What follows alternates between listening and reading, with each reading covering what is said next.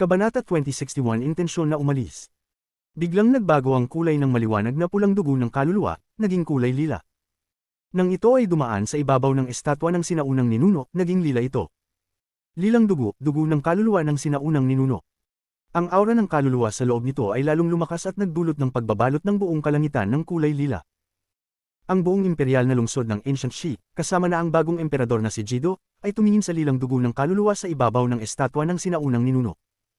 Sa sandaling iyon, ang lilang liwanag ay bumuo ng isang korona at mabilis na bumaba mula sa ulo ng estatwa ng sinaunang ninuno. Sa isang iglap, ang lilang korona ay nawala at pumasok sa kailaliman ng templo ng ninuno. Si Wang Lin ay nakaupo sa loob ng templo ng ninuno at napapalibutan siya ng mga maliliit na specks ng lilang liwanag. Ang liwanag ay nagtipon at mabilis na nagsanib sa kanyang katawan at natunaw sa unang patak ng dugo ng kaluluwa sa loob niya. Matapos ang Ancient Dao Three Soul Splits, dumating ang pagpapala ng sinaunang ninuno. Ang dugo ng kaluluwang ito ay ang pagpapala. Ang lahat ng nakakita sa pagdapo ng lilang dugo ay nagulat. Hindi nila matanggap ang kanilang nakita. Ito ay dugo ng kaluluwa, ang dugo ng kaluluwa ng sinaunang ninuno. Ayon sa rumor, 3 patak ng dugo ng kaluluwa ang makakalikha ng bagong angkan.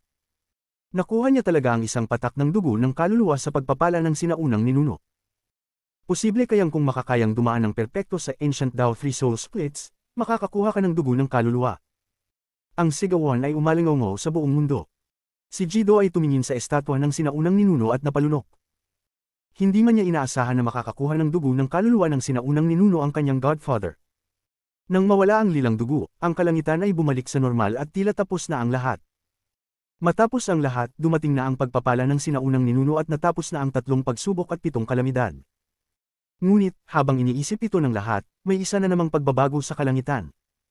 Isang mas malakas na sigawan ang umalingaw mula sa bawat sulok ng imperial na lungsod. Hindi pa tapos. Tingnan mo ang kalangitan, hindi pa tapos ang pagpapala ng sinaunang ninuno. Lila na naman. Hindi maaari. May isa pa bang patak ng dugo ng kaluluwa na bumababa? Ang sigawan ay parang pagkulog. Ang lilang liwanag ay malapit nang mawala nang bigla itong lumiwanag muli. Sa dulo ng kalangitan, may isang lilang vortex na mabilis na umiikot, at ang sentro nito ay parang isang itim na butas. Ang itim na butas ay ang pinakamakapal na lugar ng lilang liwanag. Isang patak ng lilang dugo ang mabagal na bumaba, at nang makita ito ng lahat, isang malakas na shockwave ang kumalat sa buong imperial na lungsod. Dugo ng kaluluwa na naman. 2 patak, nakakakuha siya ng 2 patak ng dugo ng kaluluwa. Ang dugo ng kaluluwa ay mabagal na bumaba at sa wakas ay pumasok sa ulo ng estatwa ng sinaunang ninuno. Ang lilang liwanag ay bumaba at nawala sa templo ng ninuno.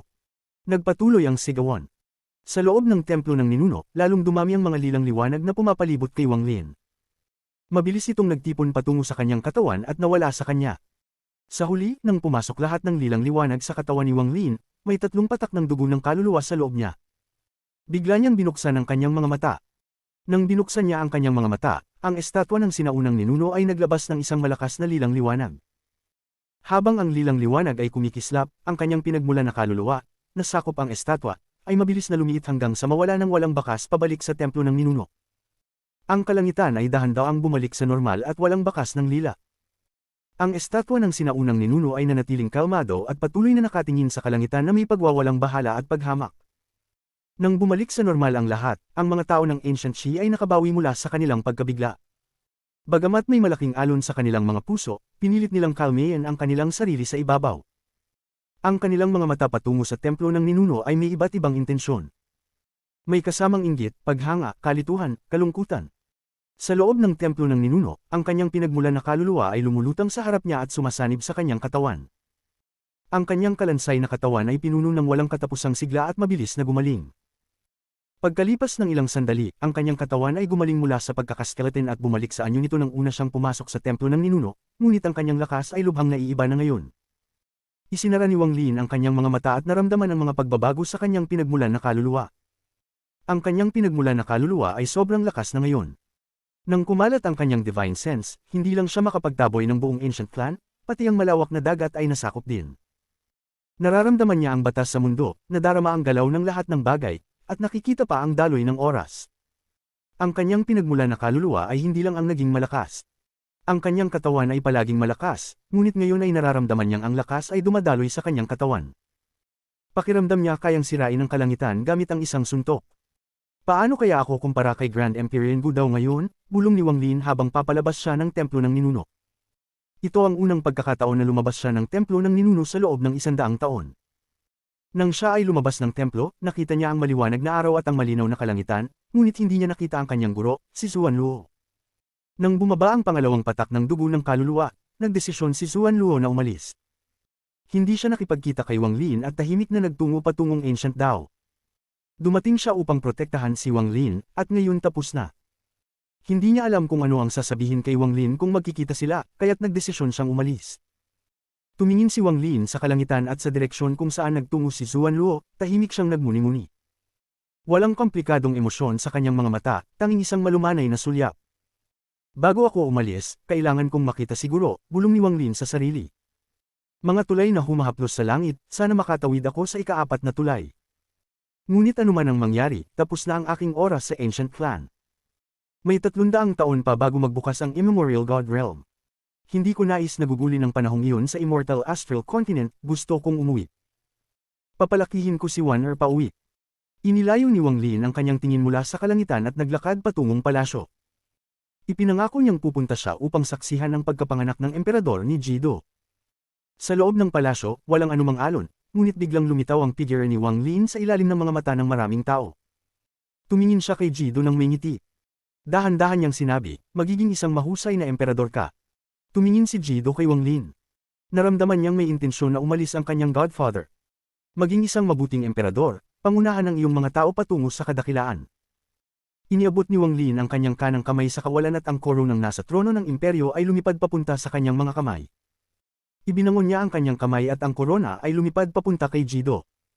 Pumunta ito sa ulo ni Jido, at ngayon ay siya na ang tunay na emperador. Habang may ngiti, tumalikod si Wang Lin at humakbang patungo sa kawalan. Nawala siya mula sa imperial na lungsod ng Ancient Shi, nawala mula sa mga mata ng lahat dito, at nawala mula sa mga mata ni Jido. Godfather. Tumili si Jido patungong direksyon kung saan nagtungo si Wang Lin. Naramdaman niya ang kalungkutan sa kanilang paghiwalay. Hindi niya malilimutan na ang lahat ng nakuha niya ay naging posible dahil kay Wang Lin. Umalis si Wang Lin. Umalis siya mula sa Ancient Shi at tumingin patungong Celestial Clan, sa direksyon ng Seven Dao Sect. Pagkatapos magmuni-muni ng ilang sandali, naglakad siya patungong Ancient Dao Imperial City na iniwan niya 200 taon na ang nakalipas. Sa Ancient Dao Imperial City, wala ni isa maliban kay Zuan Luo ang nakapansin sa kanyang pagdating. Sa likod ng bundok ng Ancient Dao Temple, nakita ni Wang Lin si Zuan Luo sa bahay kung saan siya tumira. Tahimik na nagmuni-muni ang guro at disipulo ng matagal bago ngumiti si Zuan Luo. Bumalik ka na. Magandang araw po, guro. Natagpuan ni Wang Lin ang init mula 200 taon na ang nakalipas sa bahay na ito. Nakalimutan niyang siya ay kasing lakas ni Gu Dao. Sa kanyang mata, si Zuan Luo ay ang kanyang guro at siya ay ang disipulo. Nanatili si Wang Lin sa likod ng bundok ng Ancient Dao Temple ng 3 taon. Ang 3 taon na ito ay naging isang espiritual na karanasan habang pinipigilan niya ang agos ng kanyang lakas. Kasama si Zuan Luo dahil isinantibi ni Zuan Luo ang kanyang muling kapanganakan. Matapos ang 3 taon, pinanood ni Zuan Luo si Wang Lin na umalis. Tumingin si Zuan Luo sa kanyang disipulo. Alam niyang kapag umalis si Wang Lin, maaaring ang susunod nilang pagkikita ay 300 taon mula ngayon. Ang figure ni Wang Lin ay nawala sa mundo at lumitaw sa isang lambak malapit sa malawak na dagat bago pumasok ng malalim sa isang bundok. Ngayon na ang kanyang cultivation ay nasa pinakamataas na antas, nagdesisyon siyang muli na magtangka sa Heaven Trampling Bridges. Sa kasalukuyan niyang antas ng cultivation, maaari siyang sumubok na basagin ng hadlang anumang oras. Pwede siyang pumasok sa ilusyonaryong mundo upang maranasan ang pagyurak sa kalangitan. Ilang araw pagkatapos, isang hindi nakikitang alon ang kumalat mula sa bundok, bumuo ng isang presyon na kahit ang mga Grand Empirines ay mahihirapang tiisin. Nagtungtong si Wang Lin sa harap ng pamilyar na mga tulay na humahaplos sa langit. Ang kalangitan ay nananatiling malabo at ang lupa ay natatakpan ng hamog, kaya't hindi niya kayang makita ang malayo. Sa kanyang harapan ay 6 na tulay, ang bawat isa ay mas malaki kaysa sa naunang isa. Pagkatapos ng huling tulay, may isang malabong tanawin na parang lumulubog si Wang Lin. Sa likod niya ay 3 tulay. Ngayon, siya ay nakatayo sa harap ng ika-4 na tulay, kung saan siya tumigil 100 taon na ang nakalipas. Matapos ang mahabang panahon, inalis niya ang kanyang tingin mula sa ilusyonaryong tanawin sa likod ng ika-8 tulay. Tumingin siya sa ika-4 na tulay bago itinaas ang kanyang paa at humakbang patungo. Kabanata 2062 laban para sa posisyon ng pang-numero 1 sa Immortal Astral Continent. Maliban kay Wang Lin, wala nang ibang nakakaalam kung ilang tulay ang kanyang nadaanan. Maging si Grand Empyrean Gudao ay hindi lubos na naramdaman ito. Ang tanging alam niya ay pagkatapos pumasok ni Wang Lin sa Heaven Trampling Bridges, nakarating si Wang Lin sa ika-5 tulay. Kung nakatawid si Wang Lin sa ika-6 na tulay o hindi, hindi niya alam dahil ang hangganan lamang ni Gudao ay ang ika-5 tulay. Ang mga alon sa paligid ng bundok ay tumagal ng ilang buwan, at nang hamupa ang mga alon, lumabas si Wang Lin ng kalmado. Hindi siya masyadong nag-iba mula noong ilang buwan na ang nakaraan, ngunit kung titingnan ng mabuti, makikita na parang mortal si Wang Lin. Wala nang bakas ng pagkilos ng kanyang kultibasyon sa kanyang katawan. Nakaputing long shirt siya at nakatayo sa labas ng basin ng malawak na dagat. Pamaling siya pabalik sa Ancient Clan, at pagkatapos ng ilang sandali, lumingon siya. Nagbago siya ng direksyon at nagpakita ng isang sinag ng liwanag na nagpunta patungo sa Celestial Clan sa kabilang panig ng malawak na basin. Masamang tao, ipinangako ko noon na babalik ako sa Ancestral City para iligtas ka. Kung nais mong umalis, walang sinuman sa Immortal Astral Continent ang makakapigil sa akin. Kung pipiliin mong maging Celestial Emperor, ikaw na ang magiging tunay na Celestial Emperor na hindi na natutulog. At saka, Sito, Xing Shui, 13, Big Head, Red Butterfly. Lahat kayo ay nasa Immortal Astral Continent, at dahil wala sa inyo sa Ancient Clan, ibig sabihin ay nasa Celestial Clan kayo. Sa pagkakataong ito, tiyak na mahahanap ko kayo. At may isa pa. Si Li Chenmei. Nagpakita si Wang Lin ng isang komplikadong ekspresyon. Malalim siyang nagsay, at mas mabilis siyang lumipad kaysa dati, lumilipad ng 100 beses na mas mabilis kaysa noong nakaraang beses. Sa huli, babalik ako sa Seven Dao Sect, pabalik sa Cave World, pabalik sa Planet Suzaku. Doon ang aking tahanan. Habang naglalakbay, hindi tumigil si Wang Lin. Ilang araw lang ang lumipas at nakarating siya sa gilid ng malawak na dagat kung saan ang buong dagat ay bumuo ng isang walang katapusang pader ng bagyong dagat. Naririnig ang dagandong mula sa malalayong lugar, at paglapit nila, makikita ang hindi mabilang na mga espasyal na bitik na nabuo dulot ng bagyong umiinog ng 200 taon. May hindi nakikitang presyon na kumakalat mula sa pader na ito. Matindi ang amoy ng dagat at ang mga kulog ay parang kay lakas. Tumayo si Wang Lin doon, nakatingin sa pader ng dagat at sa pintuan na binuo ng 9 na mga haligi habang kumikislap ang kanyang mga mata. Alam niyang magbubukas ang pintuang ito sa loob ng 300 taon. Kapag nabuksan ang pintuang iyon, babalik siya kasama si Limuan at papasok, at gagamitin niya ang kapangyarihan ng reincarnation upang buhayin si Limuan at tulungan siyang makaligtas mula sa reincarnation. Marahil ay matutuklasan ko ang katotohanan doon. Bulong ni Wang Lin habang magpapasok sana siya sa pader ng dagat. Ngunit, nang itaas niya ang kanyang paa, bigla siyang tumingin pataas. Ang langit ay ganap na madilim, ito ay dulot ng patuloy na pag-ikot ng dagat. Ang mga kulog ay patuloy at parang wala ng ibang tunog. Tahimik ang lahat, parang wala namang problema, ngunit si Wang Lin ay tiningnan ng langit at binitiwan ang ideya ng pag-alis. Tumayo siya doon parang nag-aantay ng isang bagay. Pagkaraan ng 10 hininga, narinig ang isang kaluskos mula sa langit. Ang tunog ay matalim at tinabyunan ang dagandong ng dagat. Parang ang buong mundo ay nanginig. Biglang napyunit ang langit at isang malaking bitik. Isang malaking ulap ang tumagas mula dito at kumalat sa lahat ng direksyon. Kasabay nito, isang malabong anyo ang lumabas mula sa ulap. Ang ekspresyon ni Wang Lin ay nanatiling kalmado. Pinanood niya ang ulap na tinakpan ng madilim na langit hanggang ang mundo ay maging ulap, at nang ang anyo ay lumabas mula sa loob, sinabi niya, Gudao. Ang anyo sa loob ng ulap ay unti-unting naglakad papunta, ngunit nanatiling natatakpan ng ulap at nagsalita ng mahinang boses, Wang Lin. Ang tagpong ito ay may malaking kahulugan sa Immortal Astral Continent. Ito ang unang pagkikita ng dalawang pinakamalakas na tao sa Immortal Astral Continent. Sila ang tanging dalawang tao sa Immortal Astral Continent na kalahating hakbang sa Heaven Trampling, at ito ang unang pagkakataon na nagtagpo ang kanilang mga mata. Tungkol naman sa kanilang unang pagkikita sa Mount Gudao, dahil sa pagkakaiba ng kanilang antas ng kultibasyon, hindi ito matutulad sa ngayon. Ang anyo sa loob ng ulap ay tahimik na nagmuni-muni ng kaunti at nagsabi, alam mo bang pupunta ako? Tahimik na tumayo si Wang Lin, ang kanyang mga damit ay dumadaloy sa hangin. Ilang hibla ng kanyang buhok ay sumayaw habang tumanggaw siya sa anyo sa loob ng ulap. Sa loob ng ulap, nagmuni-muni si Gudao ng matagal bago siya huminga ng malalim at nagsabi, ilang tulay ang nadaanan mo noong pangalawang pagkakataon mong dumaan sa Heaven Trampling Bridges. Hindi yan mahalaga, ang mahalaga ay ang layunin mo sa pagpunta rito, humingiti si Wang Lin, at ang kanyang ekspresyon ay kalmado. Sa loob ng ulap, nagsalita si Gudao sa mahinang boses, pwede mong patayin si Ye Dao, ang ina po ng Ancient Ancestor, pwede mong itakda ang kahit sinong tao bilang bagong emperador, at pwede mong gawin ang lahat ng gusto mo sa Ancient Clan. Pero hindi ka makakaalis sa Ancient Clan. Hindi ako makakaalis sa Ancient Clan. Kumislap ang mga mata ni Wang Lin. Maliban kung hindi kita mapipigilan, hindi ka makakaalis, isang matandang boses ang nagmula sa ulap.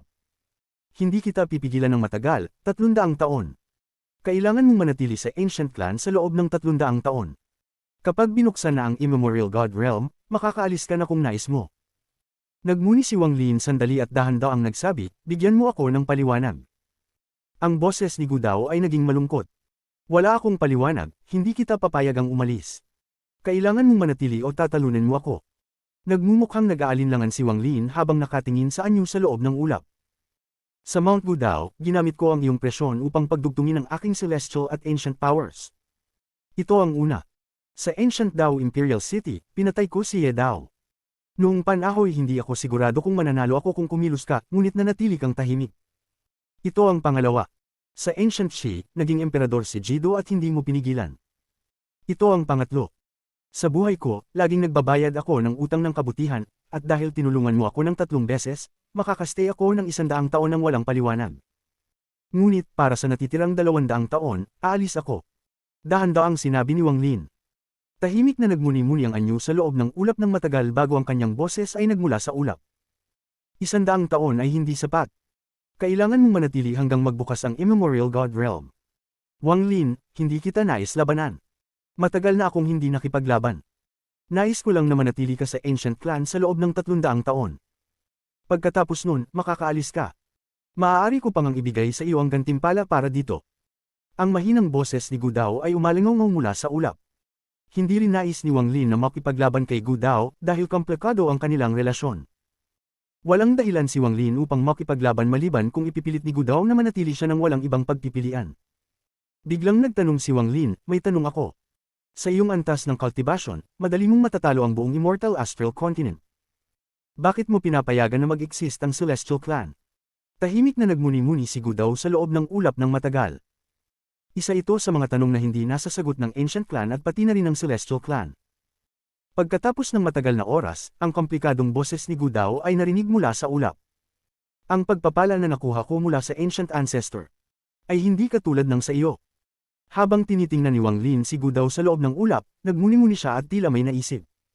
Tama na. Wang Lin, kung hindi mo ako tatalunan, manatili ka. Wala nang ibang pagpipilian. Ang ulap sa paligid ni Gu Dao ay nagsimulang mag-ikot at ang mga dagandong ng kulog ay pinagsama sa tunog ng dagat. Ang tunog na ito ay parang pagsama sa kanyang boses at bumuo ng isang matinding presyon. Kung nais mong makipaglaban, maglaban tayo. Tumindig si Wang Lin at kumislap ang kanyang mga mata. Dahil hindi ito maiiwasan, nais niyang makita kung sino sa kanilang dalawa ang pinakamalakas. Ito ay magiging isang labanan para sa posisyon ng pinakamalakas na tao sa Immortal Astral Continent mula pa noong panahon ng Celestial Ancestor at Ancient Ancestor. Isang laban ng dalawang tao sa tuktok. Si Gu Dao, ang pinakamalakas na tao sa Immortal Astral Continent. Matagal nang naglakad si Gu Dao sa Heaven Trampling Bridges.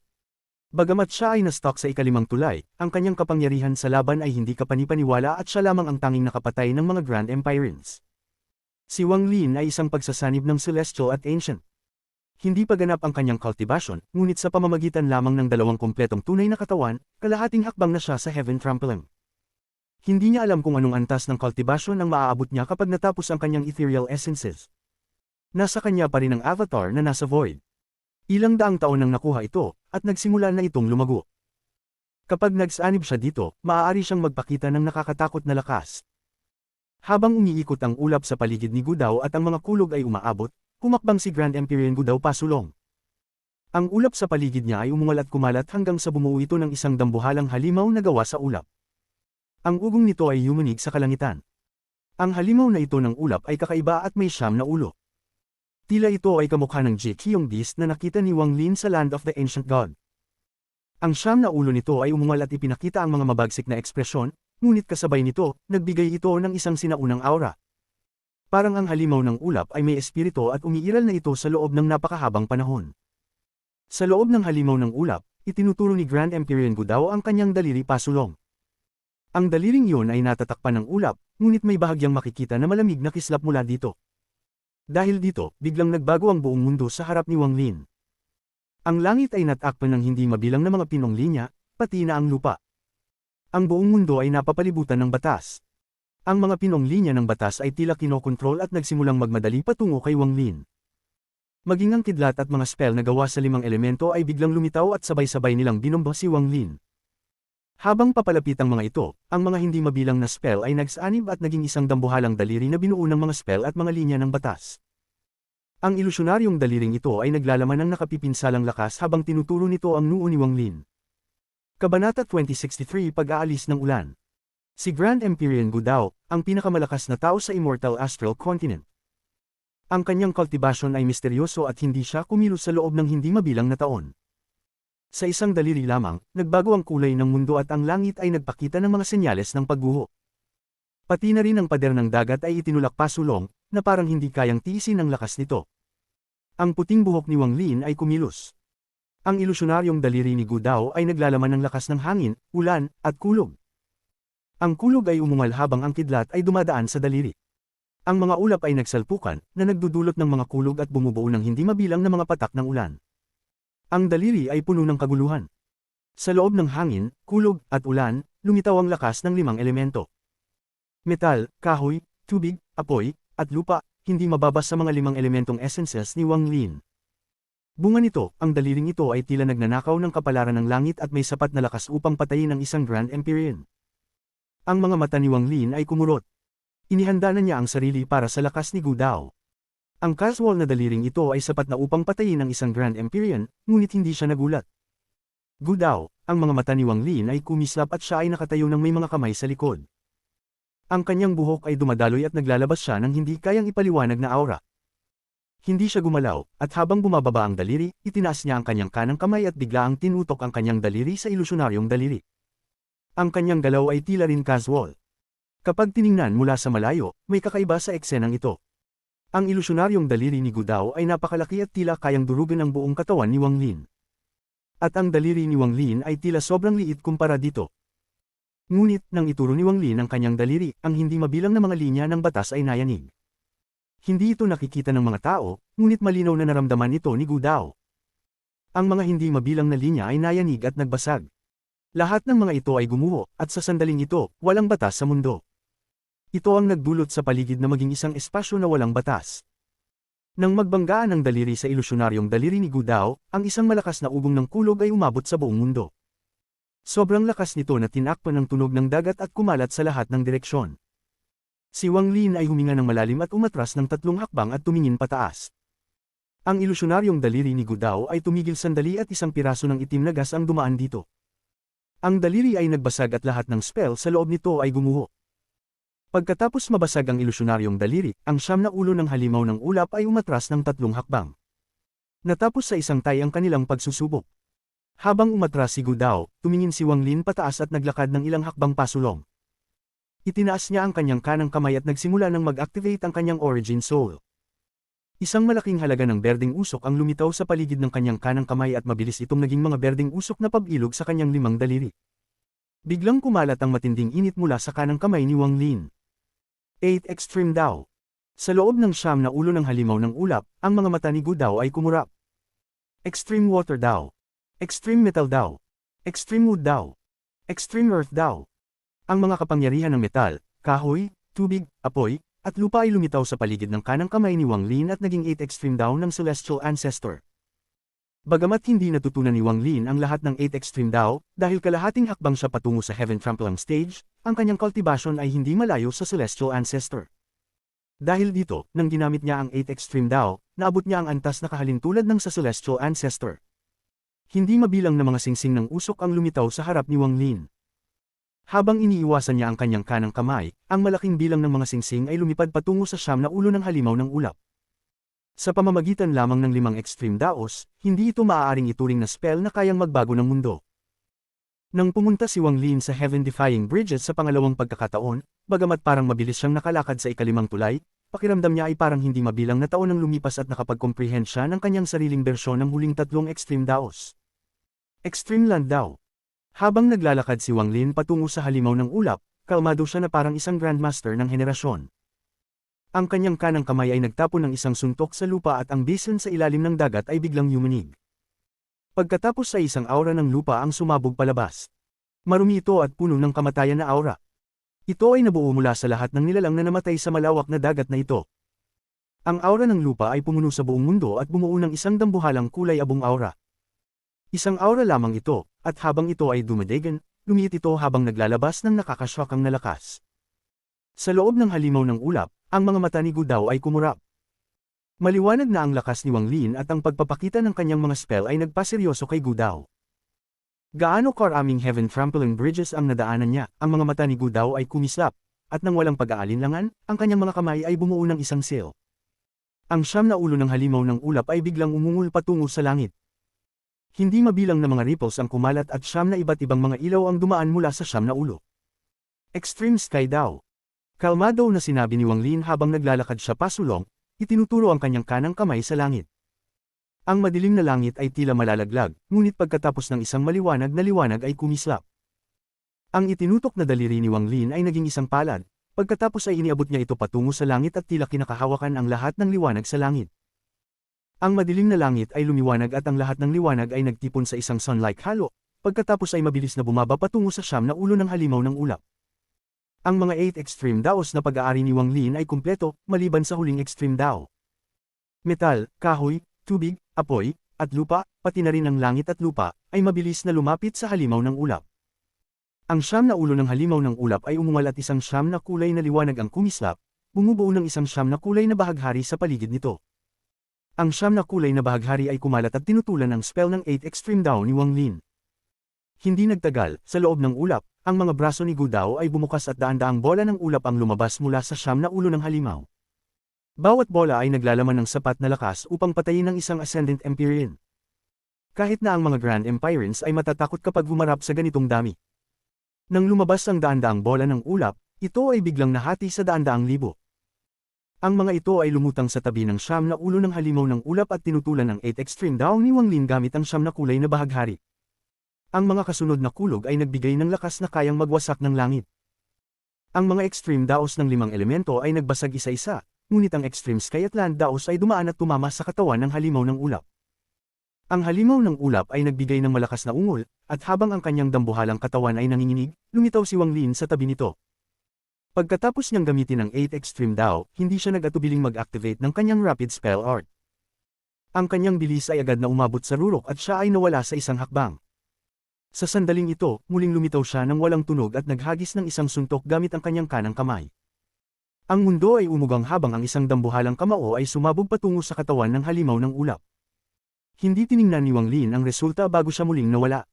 Muling lumitaw siya sa loob ng ulap sa likod ni Gu Dao at naghagis ng isang suntok. Sa sandaling damapo ang kanyang suntok, biglang lumingon si Gu Dao at tinapik ang kanyang manggas.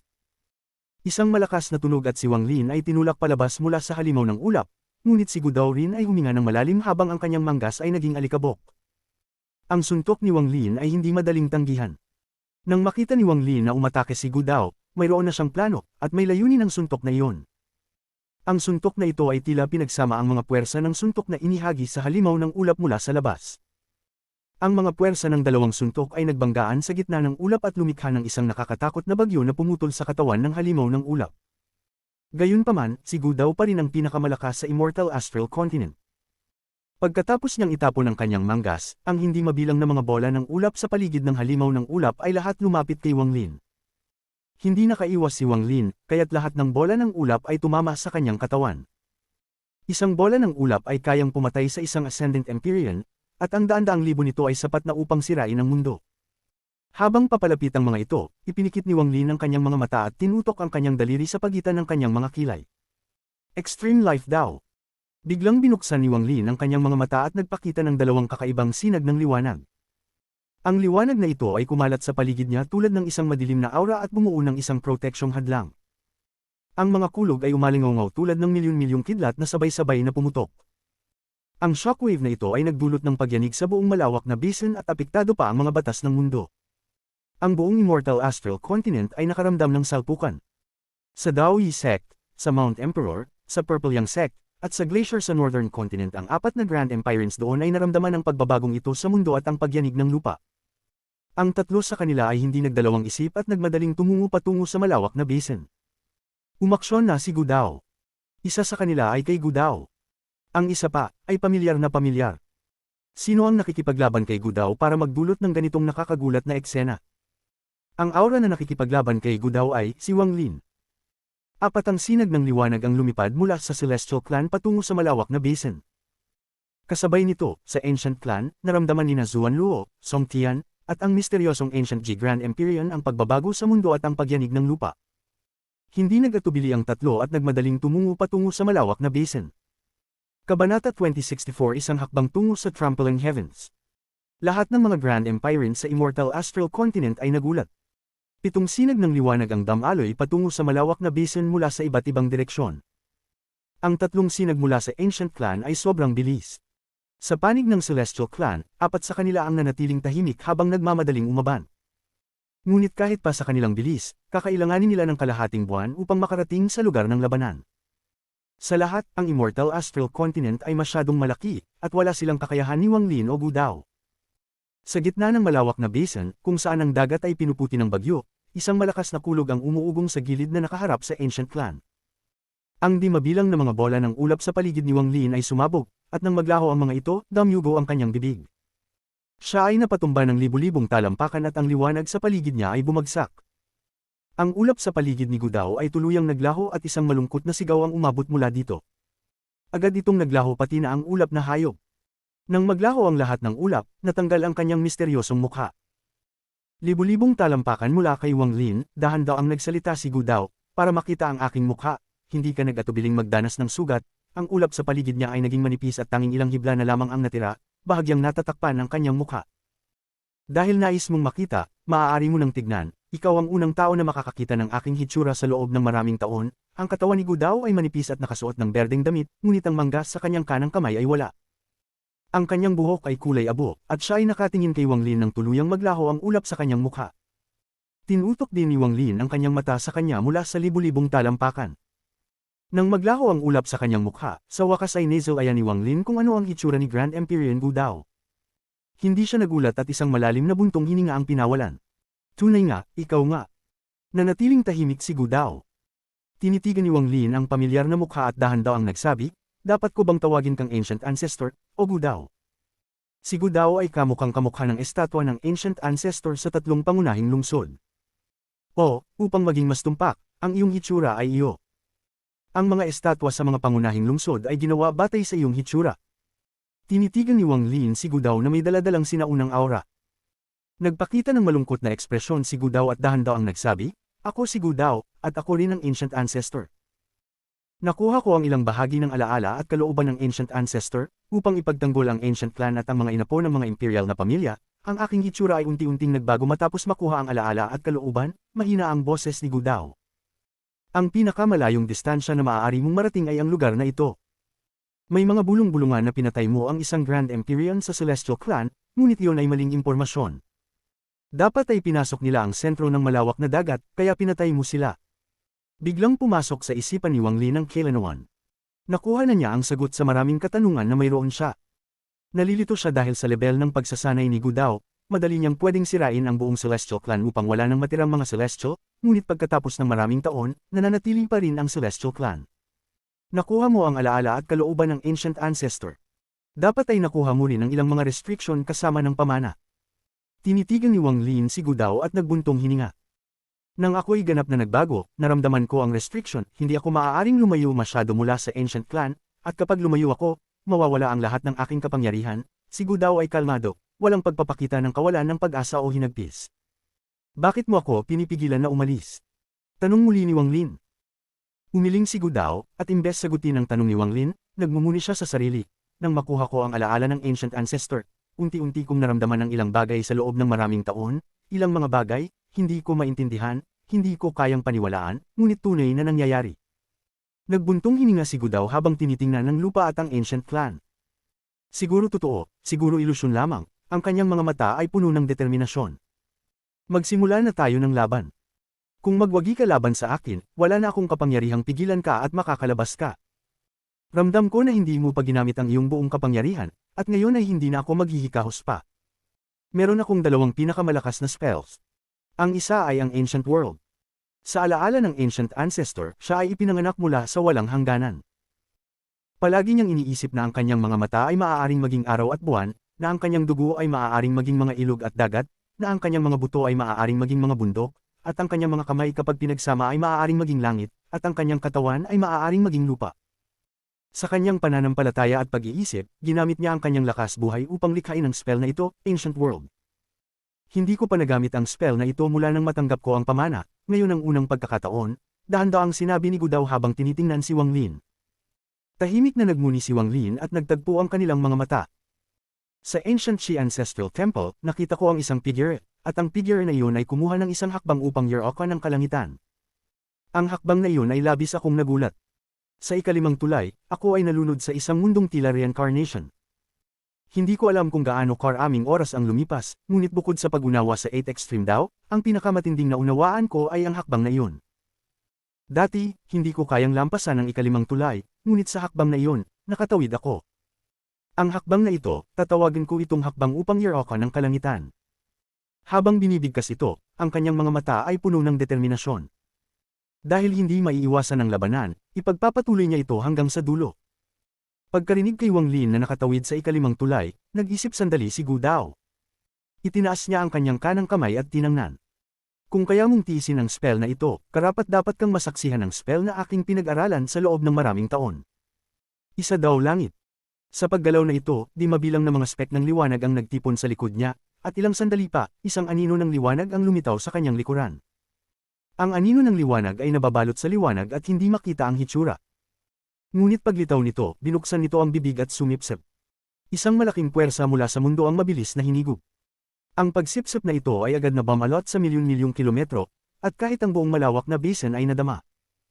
Ang walang katapusang puwersa ng mundo ay nasipsip at ang anino ng liwanag ay pinalaki. Ang lakas ng pagsipsip ay pinalawak patungo sa Celestial Clan at sa Ancient Clan. Sa lugar malapit sa malawak na dagat sa panig ng Celestial Clan, tumigil ang 4 na Celestial Grand Empirines. Nakatingin sila sa malayo at pakiramdam nila ay mawalan sila ng ulirat. Gayun din, pareho ang nangyari sa Ancient Clan kasama si Song Tian at ang iba. Nararamdaman nila ang matinding puwersa ng pagsipsip na humihigop ng puwersa ng mundo patungo sa malawak na basin. Sa gitna ng malawak na dagat, ang anino ng liwanag ay pinalaki ng mabilis habang ito ay sumisipsip ng puwersa ng mundo. Lumampas ito sa 100,000 talampakan at patuloy na lumalaki. Sa ilang sandali lamang, hindi na nakita ni Wang Lin ang itaas na bahagi ng anino ng liwanag, ang nakita na lamang niya ay ang mga paa nito. Napasinghap si Wang Lin. Hindi niya alam kung gaano kataas magiging anino ng liwanag, ngunit maaari niyang imagine na kung titingnan mula sa labas ng Immortal Astral Continent, makikita nila ang isang higanti na nakatayo doon. Tinutusok ang kalangitan. Ancient Ancestor, pinagmamasdan ni Wang Lin ang patuloy na lumalaking anino ng liwanag. Hindi niya alam kung gaano ito kalaki. Marahil kung bibigyan ng sapat na kapangyarihan, magiging parang isang sistema ng mga bituin. Magpapatuloy itong lumaki hanggang sa lahat ng puwersa ng mundo sa Immortal Astral Continent ay masipsip. Ngunit, sa kabila ng kasalukuyang laki nito, sapat na ito upang magbigay ng hindi mailarawang presyon kay Wang Lin. Ancient World, tinitingnan ni Wang Lin ang kalangitan at pinapalawak ang kanyang divine sense. Naramdaman niya ang isang kakaibang tanawin. Ang mga mata ng malaking anino ng liwanag ay nagbago. Isang mata naging araw, at ang isa ay naging buwan. Ang dugo na dumadaloy mula dito ay unti-unting naging mga ilog at dagat. Ang mga kamay nito ay tumaas at nag-ikot sa asol na kalangitan. Ang katawan nito ay bumagsak at naging lupa, tapos ang mga buto nito ay naging mga kabundukan. Habang pinagmamasdan ni Wang Lin ang lahat ng ito, bigla siyang nakaramdam ng matinding sakit mula sa kanyang mga mata. Para bang isang malaking puwersa ang nais kumuha ng kanyang mga mata upang gawing araw at buwan. Ang kanyang mga kamay ay nanginginig at parang mag-aangat sa himpapawid upang maging langit. Ang kanyang katawan ay nahihila ng isang kakaibang puwersa upang maging lupa. Ito ay isang spell ng pananampalataya. Isang napakabigat na spell na kapag umabot ang pananampalataya ng isa sa level na kayang baguhin ang mundo, ang oras, at ang espasyo ng lahat ng sumasakop dito. Sa ilalim ng pananampalatayang ito, kumuha si Wang Lin ng malalim na hininga at dahan-daang ipinikit ang kanyang mga mata. Hindi na niya isinasaalang-alang kung paano puwersahang basagin ang spell na ito, kundi isinara lamang ang mga mata.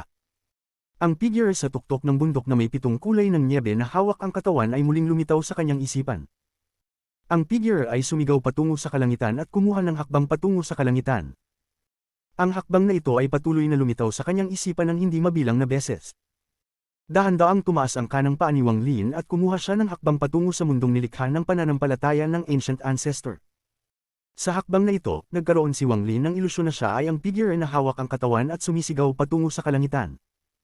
Isang hindi maipaliwanag na kalungkutan ng damaloy sa kanyang puso para bang tinatanggal ang kanyang puso. Parang nakalimutan na niyang siya ay nakikipaglaban kay Gudao at na siya ay babalik sa cave world. Ang tanging naruroon sa kanyang isipan ay walang katapusang kalungkutan, despondency, at galit. Ang galit na iyon ay nagdulot sa paa ni Wang Lin na bumagsak ng matindi. Isang hakbang sa Trampling Heavens. Kabanata 2065 kumpletong 9 na awit at 3 palatandaan. Sa hakbang na ito, sumabog ang galit ni Wang Lin sa pamamagitan ng kanyang kanang paa at tumama sa buong mundo. Sa sandaling ito, umabot siya sa isang hindi maiisip na antas habang tinatapakan niya ang kalangitan. Ang buong mundo ay tila nasa ilalim ng kanyang mga paa, lahat ng buhay ay tila nasa ilalim ng kanyang mga paa. Kung ito man ay mga batas o mga tuntunin, ang lahat ay winasak ng hakbang na ito. Malalaking bitik ang lumitaw sa kalangitan sa hakbang na iyon at walang katapusang mga pira-piraso ang kumalat na nagdulot sa langit na maglaho. Ang langit ay bumagsak. Nang dama po ang kanang paa ni Wang Lin at itinaas niya ang kanyang ulo, ang mundo ay nagdurog. Nawala ang araw at buwan, naglaho ang mga ilog at dagat, at ang kalangitan at lupa na bumubuo sa sinaunang mundo ay bumagsak. Nang inig ang katawan ni Gudao at samuka siya ng dugo. Nahulog siya at lumiko ng higit sa 100 hakbang bago huminto, at sa unang pagkakataon, naging mapatla ang kanyang mukha. Realm ng pagtapak sa langit. Ito ang kumpletong realm ng pagtapak sa langit. Nabigla siya habang tinitingnan si Wang Lin. Pakiramdam niya ay may nakakatakot na kapangyarihan na gumigising. Habang nakatayo si Wang Lin doon, ang lahat ng nangyari ay parang isang ilusyon. Nanatiling nakapikit ang kanyang mga mata ng matagal bago niya ito dahan-dahang binuksan, at ang bakas ng kalungkutan ay nanatili pa rin. Tinitingnan niya ang kalangitan ng matagal na panahon. Pagkatapos ng isang insenso, tinitingnan ni Gudao si Wang Lin ng may komplikadong mga mata at dahan-dahang sinabi, "Anong tulay ang dinaanan mo?" "Ang ika-7 tulay, tapos nabigo ako sa ika-8." Pumikit si Wang Lin na parabang nais niyang panatilihin ang kalungkutan. Ang ika-7 tulay, napangiti si Gudao ng may mapait na ngiti at tiningnan si Wang Lin ng malalim.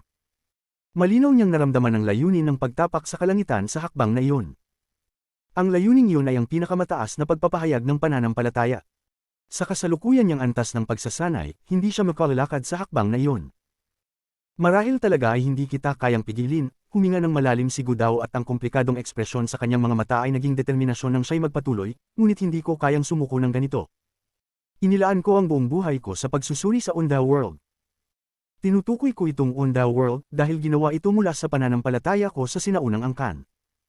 Maaaring hindi ako kasing lakas ng sinaunang ninuno, ngunit ang aking pananampalataya ay naiiba sa kanya. Ang kanyang pananampalataya ay naniniwala siyang maaari siyang maging bahagi ng mundo, at dahil sa pananampalatayang ito, hindi ako makakaalis sa sinaunang angkan. Marahil sa isipan ng sinaunang ninuno, ang lupain ng mga Diyos ay hindi isang lugar na nilikha niya, kundi isang lugar na kinamumuhian niya. Ang pananampalataya ko ay naniniwala na hindi kayang takpan ng langit ang aking mga mata, na hindi kayang pigilan ng lupa ang aking katawan, na ang araw at buwan at ang buong immortal astral continent ay hindi kayang pigilan ng aking puso. Sa Undao World, ang aking puso ay ang daan. Ang aking daan ay tapakan ng kalangitan, ang kalangitan ay nagiging hagdan, at tinatapakan ko ang kalangitan upang makita ang katotohanan." Nang matapos magsalita si Gudao, inihagis niya ang kanyang kamay patungo sa langit. Ugumapo ang kalangitan at isang malaking vortex ang bumalot sa buong malawak na lambak, na parang katapusan ng mundo. Itinuturo ni Gudao ang kanyang kanang kamay kay Wang Lin. "Ikaw ang kalangitan." Ang boses ni Gudao ay umalingaw tulad ng kidlat at isang malakas na pananampalataya ang sumabog. Habang itinuturo niya, nagkaroon ng mga alon sa paligid ni Wang Lin. Naramdaman ni Wang Lin ang isang bagay, at tinitingnan niyang umangat ang isang malaking paa mula sa vortex, tinatapakan siya pababa. Pagkalipas ng 200 taon, muling nakaramdam si Wang Lin ng isang krisis sa buhay o kamatayan. Ang mga taong kalahating hakbang papuntang Heaven Trampling Stage ay nakakagulat na malakas. Naunawaan ni Wang Lin ang hakbang ng pagtapak sa langit mula sa pamilyar na anyo na iyon. Ginamit ni Gudao ang kanyang kahangahangang talino at hindi mabilang na taon ng pananampalataya upang maunawaan ang kanyang sariling daan ng pagtapak sa langit. Ang lahat ng buhay ay nais magtapakan ng kalangitan. Ang mga hindi magtatagumpay ay walang pananampalataya, walang kalooban, ipinag-uukit ito bago ang ika-8 tulay, at nakita ito ni Wang Lin sa ika-2 pagkakataon nang dumaan siya sa mga tulay ng pagtapak sa langit. Sa sandaling ito, habang tinitingnan niya si Gudao, lumitaw sa kanyang isipan ang pangungusap na iyon. Bigla siyang nakaunawa ng isang bagay.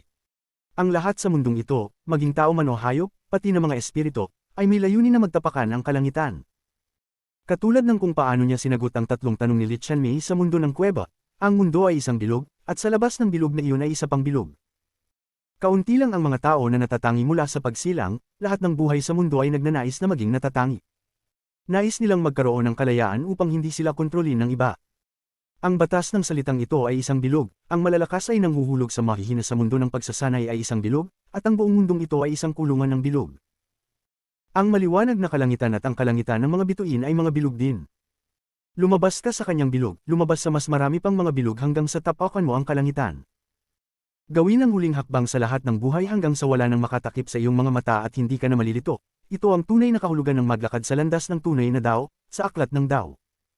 Bumulong si Wang Lin habang tinitingnan ng malaking paa na bumababa mula sa langit. Bahagya niyang naintindihan, bahagya siyang nagkaroon ng kaliwanagan. Ang buhay at kamatayan, karma, totoo at mali. Kung ang buhay at kamatayan ay isang lubad, ang hindi mabilang na buhay at kamatayan ay magkakaugnay upang bumuo ng mga bilog. Ang mga hindi mabilang na bilog na ito ay bumubuo ng isang lambat, at ang lambat na iyon ay karma. Ang malaking karma na lambat ay gagamitin upang mahuli ang sarili sa ilog ng reinkarnasyon. Ang ilog ng reinkarnasyon ay naglalaman ng totoo at mali, at tanging may mga mata na kayang makita ang totoo at mali ay makakapagtapon ng lambat upang hulihin ang sarili. Matapos kong tapusin ang aking tunay at maling asensya sa Donglin sect ilang daang taon na ang nakalipas, naramdaman ko ang asensya ng reinkarnasyon. Ngunit sa mga nakaraang daang taon, hindi ko pa rin naunawaan kung ano ang reinkarnasyon. Ano ang reinkarnasyon? Noong una akala ko ito ay isang batas na sumasaklaw sa kabilang buhay. Hanggang sa paglitaw ng sinaunang Dao Imperial Teacher. Ano man ang dahilan, ipinakita niya na upang tunay na buhayin si Wan kailangan kong gamitin ang kapangyarihan ng reinkarnasyon sa Immemorial God Realm. Noong mga panahong iyon, nalito ako. Ano ang kapangyarihan ng reinkarnasyon? Akala ko isang batas ng mundo ito. Ngayon ay naintindihan ko na, ang reinkarnasyon ay ang kalangitan. Gagamitin ko ang aking mga kamay upang itapon ang karma lambat patungo sa kalangitan upang hulihin ang aking tunay na sarili. Isa ba ito? Ang kahulugan, ang isipan ni Wang Lin ay umuugong. Ang lahat ng mga pag-iisip na ito ay lumitaw sa isang iglap at ganap na pinuno ang kanyang isipan. Sa sandaling ito, naintindihan niya. Sa loob ng kanyang katawan, isang bagong wispy essence ang lumitaw sa tabi ng kanyang tatlong ethereal essences. Ang wispy na ito ay ang esensya ng reinkarnasyon na kanyang naunawaan. Kaya pala, tahimik na nagmuni-muni si Wang Lin habang ang malaking paa ay gumugulong sa ibabaw ng kanyang ulo. Isa na lamang itong 1,000 talampakan ng layo. Ngunit sa sandaling ito, isang kakaibang tunog ang dumaan at umalingaw sa buong mundo. Ito ay tunog ng hangin. Ito ang awit ng sinaunang angkan. Ako ang unang awit ng siyam, at pagkatapos nito, sumunod ang lahat ng siyam na awit. Ito ay langit, lupa, hangin, kidlat, ulap, ulan, mga panloob na organo, katawan, at ang huling awit ng dugo. Ang awit ay umalingaw ng malakas mula sa langit, mula sa katawan ni Wang Lin, at mula sa buong mundo. Nang tumugtog ang lahat ng siyam na awit, isang palatandaan ang lumitaw sa kalangitan. Gintong langit, itim na lupa. Ang gintong langit at itim na lupa ay tila isang ilusyon, ngunit malinaw itong lumitaw sa harap ni Wang Lin. Nayanig ang puso ni Gu Dao nang makita ito. Matapos ang unang palatandaan, ang mga mata ni Wang Lin ay nagningning ng pilak na liwanag. Ang liwanag na ito ay walang katapusan, at ito ang ikalawang palatandaan. Ang siyam na awit at tatlong palatandaan ay lumitaw sa katawan ni Wang Lin sa bundok Gu Dao. Gayunpaman, noon ay hindi pa kumpleto isang palatandaan at isang awit ang nawawala. Sa sinaunang Dao Palace, lumitaw muli ito sa pangalawang pagkakataon. Naroon ang siyam na awit, ngunit isa sa tatlong palatandaan ay nawawala pa rin.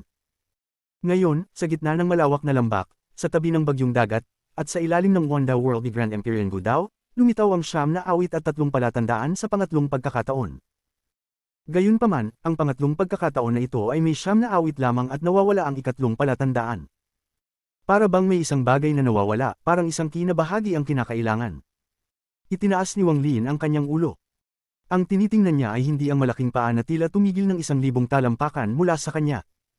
Sa halip, ang kanyang mga mata ay tila tumagos sa spell, at tinitingnan ng walang laman na kalangitan. Sa sandaling ito, ang kanyang isipan ay naging malinaw at parang naintindihan niya kung ano ang nawawala. Avatar ng walang hanggan, lumusab ng buo at magsanib sa akin. Ang nawawala sa kanya ay ang ipinanganak mula sa wala at kinilala ng wala, tulad ng Celestial Ancestor at Ancient Ancestor. Sa wala ng Immortal Astral Continent, na puno ng mga batas, may isang malaking bato. Sa loob ng bato ay nakaupo ang isang anyo na matagal nang nakaupo doon ng mga daang taon, halos 1,000. Sa sandaling ito, para bang narinig niya ang isang tawag at binuksan ang kanyang mga mata. Ang kanyang mga mata ay kumikislap ng maliwanag at eksakto siyang katulad ni Wang Lin. Siya ang avatar ni Wang Lin sa walang hanggan.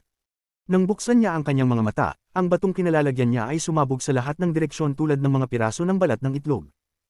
Tumayo ang anyo at kumuha ng isang hakbang paabant bago mawala ng hindi makita. Sa Immortal Astral Continent, sa malawak na lambak sa tabi ng bagyong dagat, habang umuugong ang tinig ni Wang Lin, isang tao ang lumabas mula sa vortex sa langit. Ang taong ito ay kumuha ng ikatlong hakbang. Nabigla si Gu Dao habang tinitingnan ng taong ito papunta kay Wang Lin. Pagkatapos, nagsanib ang kanilang katawan. Sa sandaling nagsanib sila, sumigaw si Wang Lin sa langit. Ang sigaw na ito ay yumunig sa kalangitan, at ang echo ng sigaw ay dumaan sa isang kakaibang pagbabago. Parang isang sanggol ang umiiyak. Ang tunog ng iyak ng sanggol ay umalingaw sa malawak na lambak at pumasok sa sinaunang angkan. Habang kumakalat ito sa tatlong imperial na kabisera, isang bitik ang lumitaw sa bawat isa sa tatlong estatwa ng sinaunang ninuno. Pam-8 ito sa Celestial Clan at isang bitik din ang lumitaw sa estatwa ng Celestial Ancestor sa Ancestral City. Sumabog ang walang katapusang enerhiya mula sa lupa ng sinaunang angkan at naging isang anyo. Ito ang sinaunang ninuno. Sa Celestial Clan, sumabog ang walang katapusang enerhiya mula sa lupa at naging isang pangalawang anyo. Siya ang Celestial Ancestor.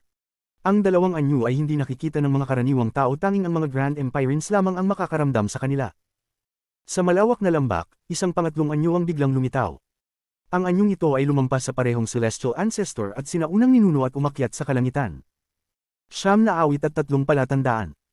Ang ikatlong palatandaan ay ang iyak ng sanggol. Bulong ni Gu Dao sa sarili. Kabanata 2066 Kasunduan. Ang mga awit ng langit, lupa, hangin, kidlat, ulan, ulap, mga panloob na organo, katawan, at dugo ay umalingaw-ngaw.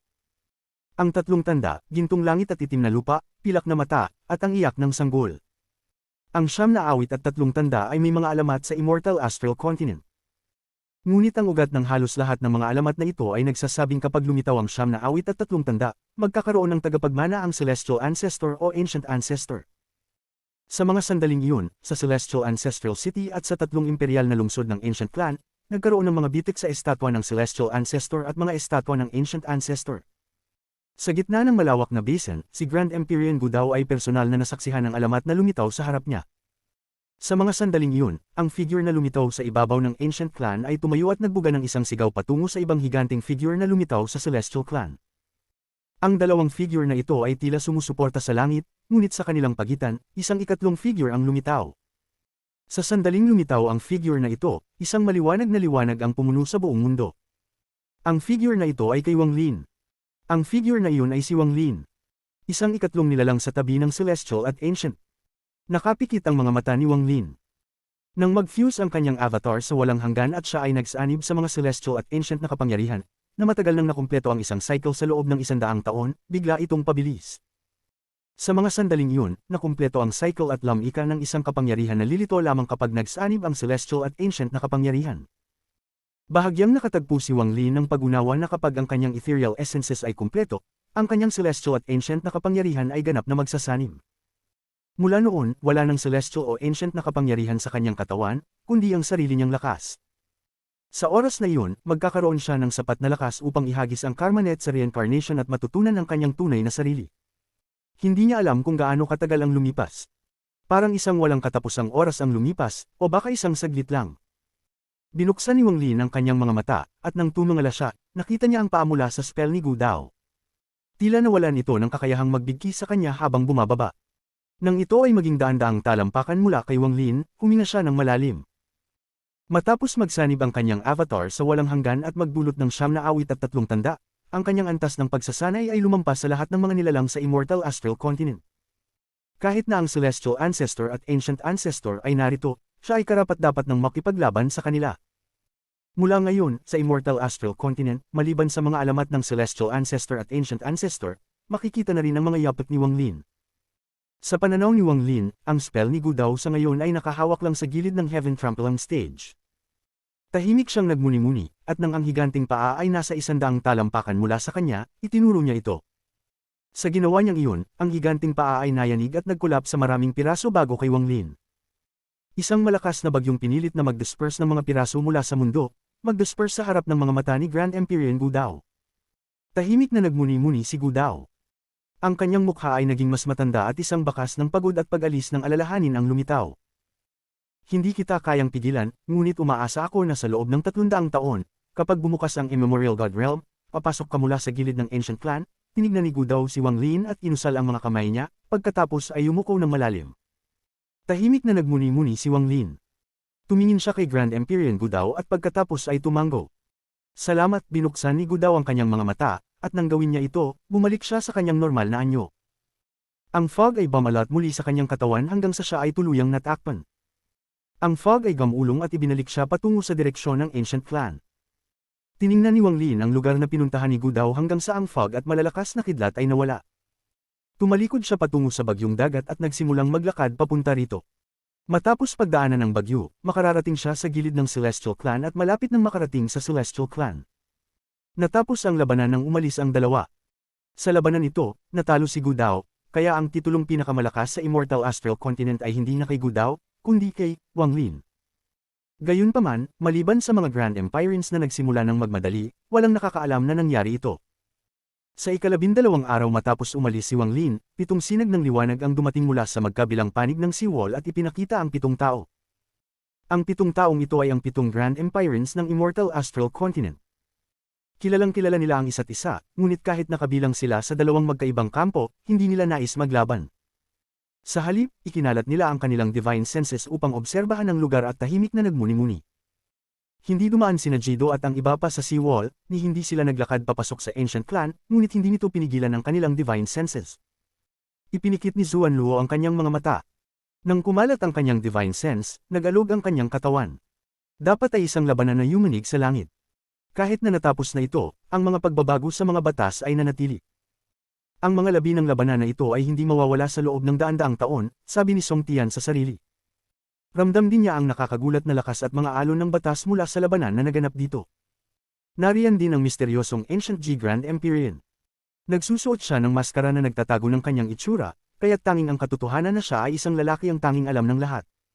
Tumayo siya doon na may gulat sa kanyang mga mata. Sino ang nakipaglaban kay Grand Empyrean Gudao?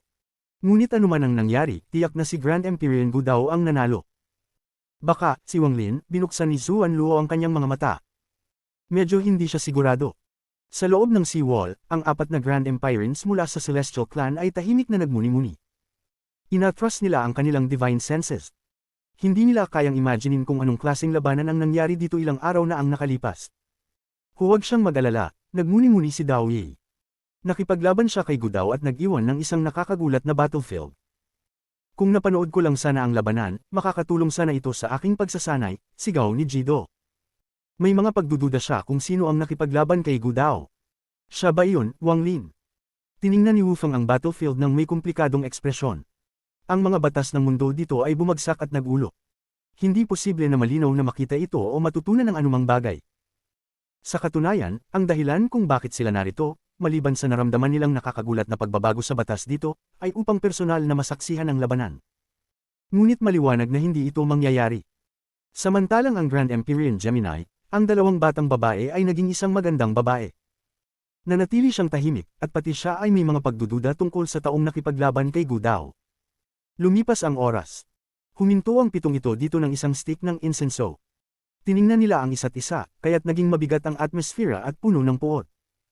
Habang ang 7 ito ay nagmumuni-muni, biglang nagsalita si Jido. 3 kasama ng Ancient Clan Cultivators, may suhestyon po ako. Matapos magsalita, tumingin ng malamig si Song Tian at ang iba pa. Kung tayo ay maglalaban, wala tayong makakamtan sa loob ng maikling panahon. Ang 4 sa amin ay hindi lalampas sa seawall na ito, kaya't wala nang dahilan upang maglaban. Pumunta kayong lahat dito upang masaksihan ang labanan.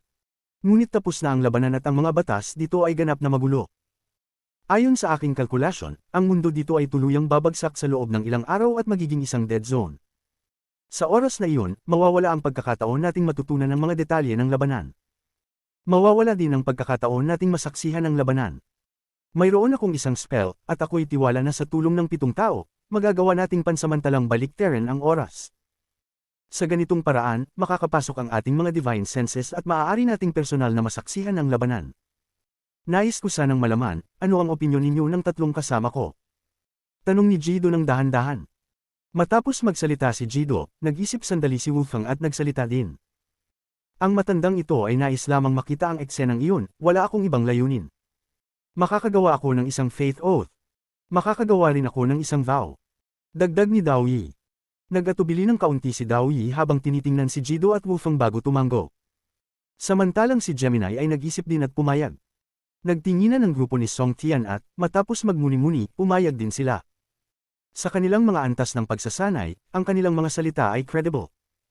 Ang tatlo sa kanila ay mayroon ding kani-kanilang mga pamamaraan, kaya't hindi sila natatakot na magsinungaling si Jido. Pagkatapos ng kalahating stick ng insenso, handa na ang 7 tao. Kinuha ni Jido ang isang jade at pinakita ito sa iba pang 6. Lahat sila ay nag-form ng mga seal at sinimulan ng spell. 7 sinag ng liwanag ang kumislap at pinalibutan ng battlefield. Sandali lang, isang malakas na tunog ng kulog ang umalingaw at tiningnan nilang 7 tao. Dahan-dahan nilang nakita ang 2 figure na lumitaw sa loob ng liwanag na bumalat sa battlefield. Isa sa kanila ay si Gu Dao, na natatakpan ng fog, at ang isa pang tao ay malabo din, ngunit nakilala ng 7 tao ang aura. Wang Lin. Siya nga. Ang 7 tao ay nagulat, ngunit ang kanilang nakita pagkatapos nito ay nagpatigil sa kanila at nagbigay sa kanila ng hindi makapaniwala na pakiramdam. Nakita nila ang spell ni Gu Dao at ang one step to trample the heavens ni Wang Lin. Sa wakas, nakita nila si Wang Lin na itinuro ito, na nagdulot ng pagkawasak ng higanteng paa, at tahimik na umalis si Gu Dao. Ang itsura ni Gu Dao at ang kanyang usapan kay Wang Lin ay hindi narinig o nakita ng 7 tao. Gayunpaman, ang kanilang nakita ay sapat na upang mawalan sila ng hininga. Kahit pagkatapos magtapos ang eksena, tahimik na nagmuni-muni ang 7 tao ng matagal. Alam nilang lahat na iba na ngayon ang Immortal Astral Continent. Ang pinakamalakas na tao sa Immortal Astral Continent ay hindi na si Gu Dao, kundi si Wang Lin. Ang puso ni Dao Yi ay nanginginig. Siya ay isang Grand Empyrean, ngunit nakaramdam siya ng takot. Ang lakas ni Wang Lin ay nagdulot sa kanya ng hindi makapaniwalang pakiramdam, ngunit higit sa lahat, nakaramdam siya ng takot. Siya ba yun, sa isipan ni Jido, muling sumulpot ang titig na tila bumaba mula sa langit 100 taon na ang nakaraan ng ang 72 kaluluwa ay magsumamo sa langit. Kabanata 2067 Hindi matagpuan siya. Habang ginagamit ni Jido at ng iba pa ang lihim na spell upang panuurin ang labanan, dumating si Wang Lin sa Celestial Clan. Sa hilagang kontinente, tiningnan niya ang lupaing bahagyang pamilyar at nakaramdam ng emosyon. Ilampung taon na ang nakalipas, iniwan ko ang lugar na ito at pumunta sa Ancient Clan. Ngayon, bumalik ako. Bumulong si Wang Lin at ang kanyang mata ay dumaan sa kalupaan. Ang kanyang divine sense ay kumalat patungo sa 72 kontinente, at ilang saglit lang, ang divine sense niya ay sumaklaw sa buong 72 kontinente ng Celestial Clan.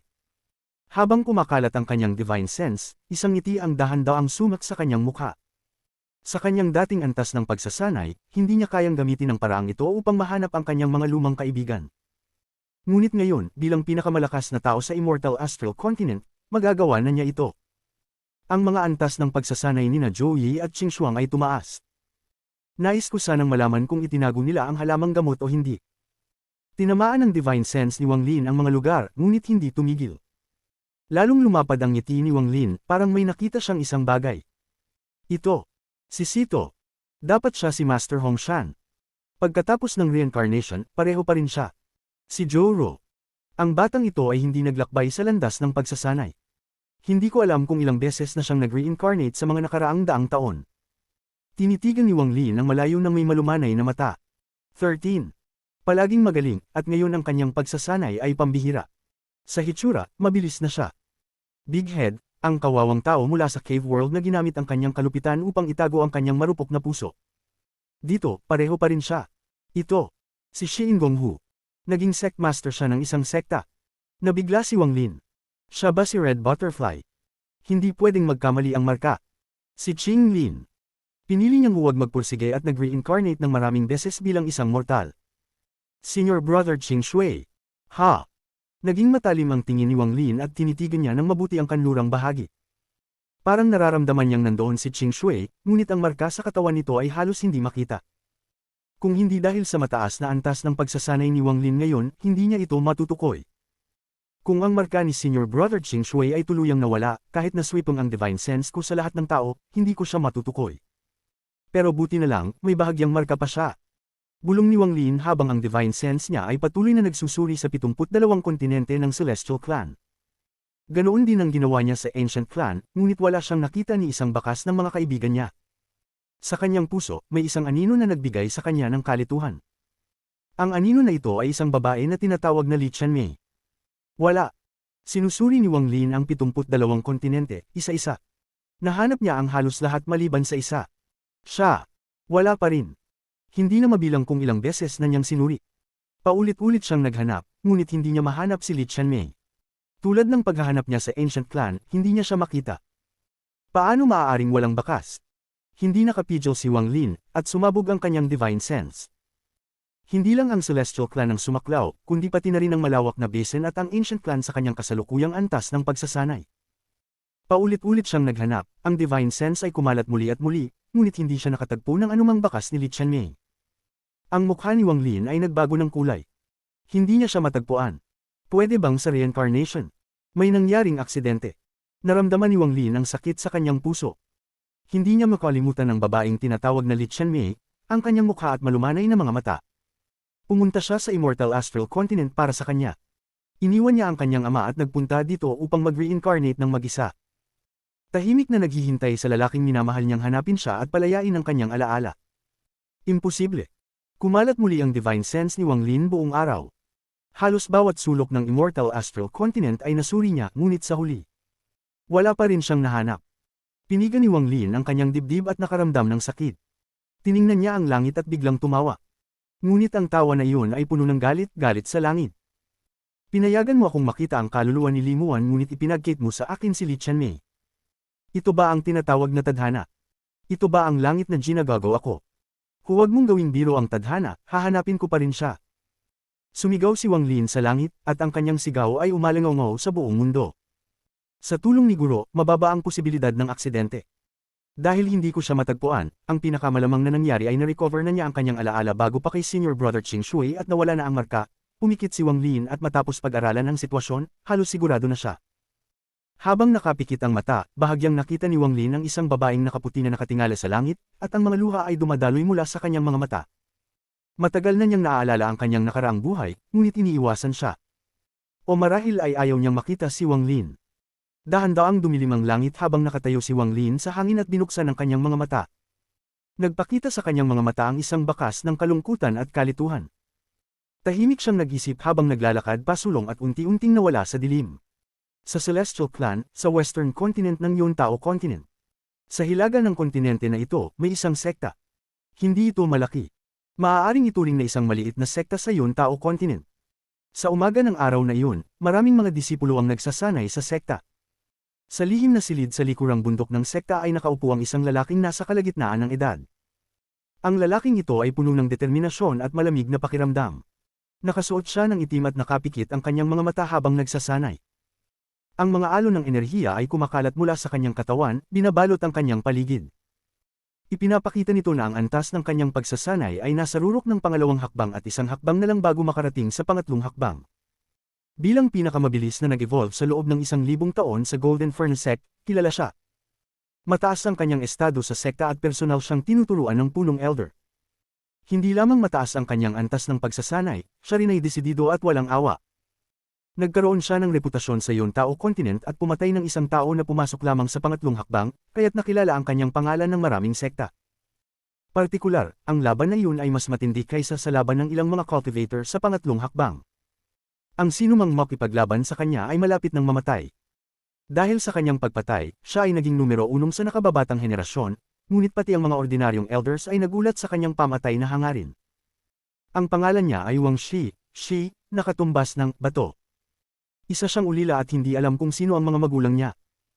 Nahulog siya sa kamay ng isang matandang dawist at pinalaki sa sekta.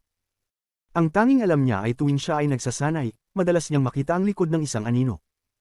Ang anino na ito ay napakalaki at nagbibigay sa kanya ng init, ngunit hindi niya makita ang mukha nito. Sa simula, ang likod ng anino ay malabo, at habang tumataas ang kanyang antas ng pagsasanay, dahan-dahan itong lumilinaw. Nararamdaman niyang kapag umabot siya sa pangatlong hakbang, makikita na niya ang mukha ng taong iyon. Ito ang dahilan kung bakit siya nagpatuloy ng matindi sa pagsasanay. Wang Shi. Habang nagsasanay siya, isang tinig ang narinig mula sa labas ng lihim na silid. Pagkatapos, isang sinag ng liwanag ang lumipad patungo sa kanya at naging isang malabong anyo ng isang matandang lalaki. Binuksan ng lalaki ang kanyang mga mata. Tinitigan niya ang matandang lalaki ng may respeto, pagkatapos ay tumayo siya at yumuko. Pagbati, Head Elder. Hindi mo pa rin ako tinatawag na guro. Ang malabong anyo ay nagkunot ang noo. Napakaibang disipulo. Nais niyang tanggapin ito bilang kanyang disipulo, ngunit si Wang Shi ay nanatiling tahimik at hindi pumayag. Dahil dito, hindi siya natuwa, ngunit habang tumatagal, ang bilis ng pagsasanay ng taong ito ay nakakuha ng kanyang pansin. Pinabayaan niya na lang ang hindi pagtanggap ni Wang Shi at tinuruan siya ng kanyang mga personal na spells. Ngayon, maraming taon na ang nakalipas, at may relasyon ng guro at disipulo sa kanilang dalawa. Ngunit kahit ngayon, hindi tinatawag ni Wang Shi ang matandang ito bilang guro. Hindi rin alam ni Wang Shi ang dahilan, ngunit palaging nararamdaman niyang ang taong ito ay hindi ang kanyang guro. Kung sino ito, nalilito siya. Kalimutan mo na. Maghanda ka at bumaba ng bundok sa loob ng 3 araw. Pumunta ka sa Daoyun Sect para ipadala ang congratulatory gift. Nilinga ng malabong anyo ang kanyang ulo at naglaho. Magalang na tumanggaw si Wang Shi. Nang mawala ang anyo, ang mga mata niya ay puno ng kalituhan, at matapos ang matagal na pagninilay, bumulalas siya ng isang buntong hininga. Nang muling maupo para magsanay, isang buntong hininga ang narinig mula sa likuran niya. Ang buntong hininga ay dumating ng napakabilis at ginawa ni Wang Shi na magulat, ngunit hindi siya nagmadaling lumingon. Alam niyang para makarating ang taong ito dito nang hindi siya o ang kanyang guro ay nakakalam, tiyak na mataas ang antas ng pagsasanay ng taong ito. Wang Shi nang may kabigatan ng tono, "Sino ka po, Ginoo? Sabihin mo sa akin kung bakit ang pangalan mo ay Wang Shi. Sino ang nagbigay sa iyo ng pangalan?" Isang malumanay na tinig ang nanggaling sa likuran ni Wang Shi. Nang marinig ang pangalan na ito, napalakas ang kabog ng puso ni Wang Shi. Napakilala niyang pakiramdam ay may magbabalik na mga alaala. Nagtaka siya at sinagot ng walang kamalay-malay. Ako ay isang ulila at ako mismo ang nagbigay sa aking pangalan. Naramdaman ko na nararapat lang na tawagin akong Wang. Tahimik na nagpunta sa likuran niya. Ang mga mata ni Wang Shi ay kumislap at ginamit ang pagkakataon upang lumingon. Paglingon niya, nakita niya ang isang batang lalaki sa puti, may puting buhok at nakatingin sa kanya ng may malumanay na mata. Ito ay ang mga mata ng isang guro na nakatingin sa kanyang disipulo. Nang makita niya ang itsura ng taong ito, nayanig ang katawan ni Wang Shi at nagulo ang kanyang puso. Ang likod ng anino sa kanyang panaginip ay unti-unting nag-overlap sa taong ito. Ikaw. Lalong naging malabo ang kalituhan sa kanyang mga mata. Bumantong hininga si Wang Lin at itinutok ang daliri sa noo ni Wang Shi. Sa sandaling iyon, kumabog ang puso ni Wang Shi at biglang nagbalik ang kanyang mga alaala. Guru. 13 ay bumabati kay guru. Ang mga luha ay damaloy mula sa mata ng lalaki habang mabilis siyang lumuhad kay Wang Lin. Ang mukha niya ay puno ng kasiyahan. Kabanata 2068 Kaligayahan at Pananagutan. Sa hilagang silangan ng kontinente ng Lofty Mountain, may isang hanay ng mga bundok. Hindi kalayuan mula sa pangunahing kalsada, may isang nayon na parabang isang paraiso. Hindi gaanong marami ang tao sa nayon, ilang daan lang. Karamihan sa kanila ay mga manguukit ng hayop, at umaasa sila sa makakain mula sa masaganang kagubatan na puno ng mga mabagsik na hayop. Dati, hindi ito isang nayon, isang desyertong lugar lamang kung saan ang mga manguukit ng hayop ay nagpapahinga. Hindi tiyak kung gaano katagal na, ngunit isang pamilya ng isang opisyal ang napadpad dito, tumakas mula sa lungsod, at nanirahan dito. Habang ang panahon ay lumipas, unti-unting nabuo ang nayon. Sa kanlurang dulo ng nayon, may isang bahay na napapaligiran ng bakod. Isang batang babae na nakasuot ng mga lumang damit ang nag-aalaga sa mga alagang hayop. May usok na lumalabas mula sa simenea. Maaga pa ng umaga at malinaw na nagsisimula ng maghanda ng agahan sa loob ng bahay. Habang pinapakain ng batang babae ang mga hayop, siya ay tumawa at nagsalita patungo sa bahay. Mom, nanaginip na naman ako kagabi. Nanaginip akong naging celestial ulit ako. Ay, anak, malaki ka na at patuloy ka pa rin nangangarap na maging celestial. Noong kasing edad mo ako, kasal na ako kay tatay mo. Ang malambing na tinig ng ina ay narinig mula sa loob ng bahay. Ganoon ba yon dahil si tatay ang pinakamalakas na manguukit sa nayon? Narinig ko na maraming gustong makipag-date kay tatay noong panahon na iyon. Ang batang babae ay ngumiti. Hindi siya masyadong maganda, pero may taglay siyang malinis at kaakit-akit na kabutihan. Kanino mo narinig yan? Lumabas ang isang babae. Nakasimple siyang damit, ngunit hindi nito matatakpan ang kanyang kagandahan. Puno ng kabang aktor ang kanyang mga mata habang nagpapanggap na nagagalit at may hawak na palayok na puno ng gulay. Magsasalita na sana ang batang babae ng isang malakas na tawa mula sa tarangkahan. Ako ang nagsabi niyan. Binuksan ang tarangkahan at isang matipunong kalalakihang nasa katanghalian ng buhay ang pumasok. May dala siyang pana at mga palaso, pati na rin ang isang maliit na hayop. Ngunit may tuyong dugo sa kanyang binti. Hindi tiyak kung sa hayop o sa kanya ito. Tatay. Nagulat ang batang babae at agad na ibinato ang panghuhugos ng sahig at tumakbo palapit.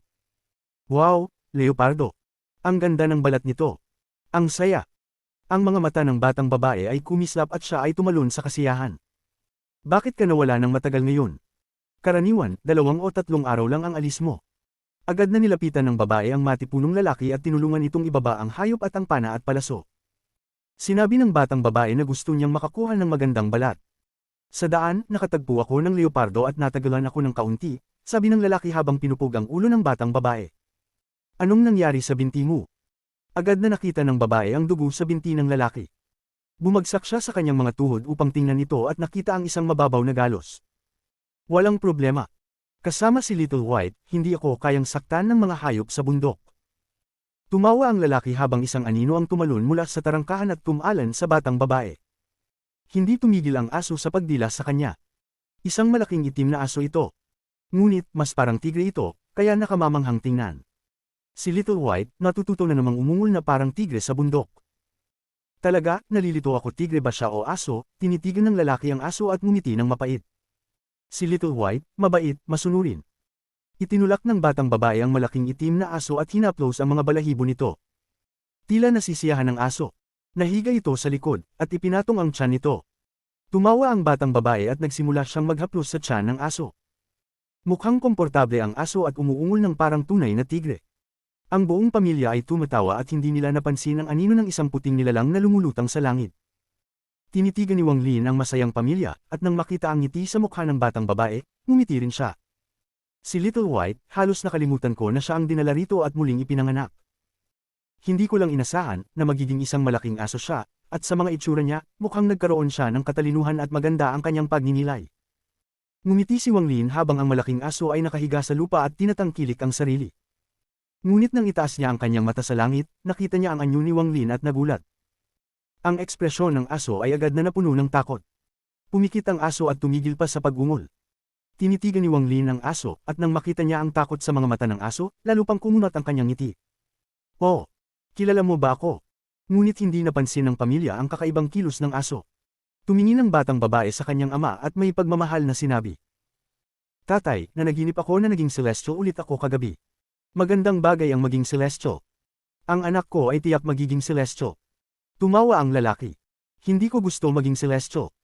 Pakiramdam ko, parang isang buhay na ako bilang isang celestial, ngunit hindi naman ako masaya. Mas maganda ngayon. Isa lamang iyong panaginip, hindi ko gusto maging celestial. Magsasama kami ni tatay at nanay habang buhay. Malubhang sinabi ng batang babae ang mga salitang ito. Nagulat si Wang Lin sa mga salitang iyon, at ipinakita niya ang isang komplikadong ekspresyon. Tinitigan niya ang masayang ngiti ng batang babae at ang tahimik na nayon sa bundok. Matapos ang matagal na panahon, muling kumuha ng masusing sulyap si Wang Lin bago siya nawala sa langit. Marahil ito ang buhay na nais niya. Kinagabihan, muli siyang nanaginip. Sa panaginip, iba ang pangalan niya Joro. May kasama siyang isang itim na nilalang na tinatawag na Little White. Laging pinagtitripan ng batang babae ang nilalang na ito at pinapagawa ito ng mga salo-salo ng kamay. Mayroon din siyang tiyuhin, at ang tiyuhin na iyon ang pinakamalapit niyang kamag-anak. Sa panaginip, tinanong siya ng tiyuhin kung gusto niyang sumama sa kanya. Tahimik siyang nag-isip ng matagal at pagkatapos ay sinabi sa tiyuhin, na naramdaman niyang malapit sa kanya, na nais niyang manatili dito. Kinagabihan, ang aso ay may panaginip din kung saan naging tigre siya at labis ang pagiging mabagsik, ginagawa ang anumang nais niya. Napapaligiran siya ng maraming babaeng tigre at mga babaeng hayop, kaya't masaya siya. Nanaginip din siya na isang lalaking nakaputi ang lumitaw sa harapan niya. Kilala niya ang lalaking ito, siya ang masamang tao na kumulong sa kanya noon. Binigyan siya ng lalaking ito ng masasarap na gamot at pinatpat ang kanyang ulo bago umalis. Isang araw, kapag nais ni Joro na tuparin ang kanyang pangarap, maaari mong buksan ang kanyang alaala. Umalis ang lalaki at ang mga salitang iyon ay umalingaw sa isipan ng aso ng matagal. Ang sentral na kontinente ng Celestial Clan. Ang lungsod ng mga ninuno ay labis na malaki, kaya't makikita ang araw at buwan na sabay na lumilitaw sa lungsod. Sa mga sandaling ito, gabi na sa imperial na palasyo, ngunit hindi madilim dahil sa maraming ilaw sa palasyo. Tahimik ang buong palasyo. Isang nag-iisang nilalang ang lumabas mula sa dilim at tinitigan ng palasyo sa ibaba. Ang nilalang na ito ay tumayo doon ng matagal bago bumaba. Ang liwanag sa palasyo ay naging malabo habang bumababa ang nilalang. Para bang ang isa pang espasyo ay sumasabay sa pagdaan.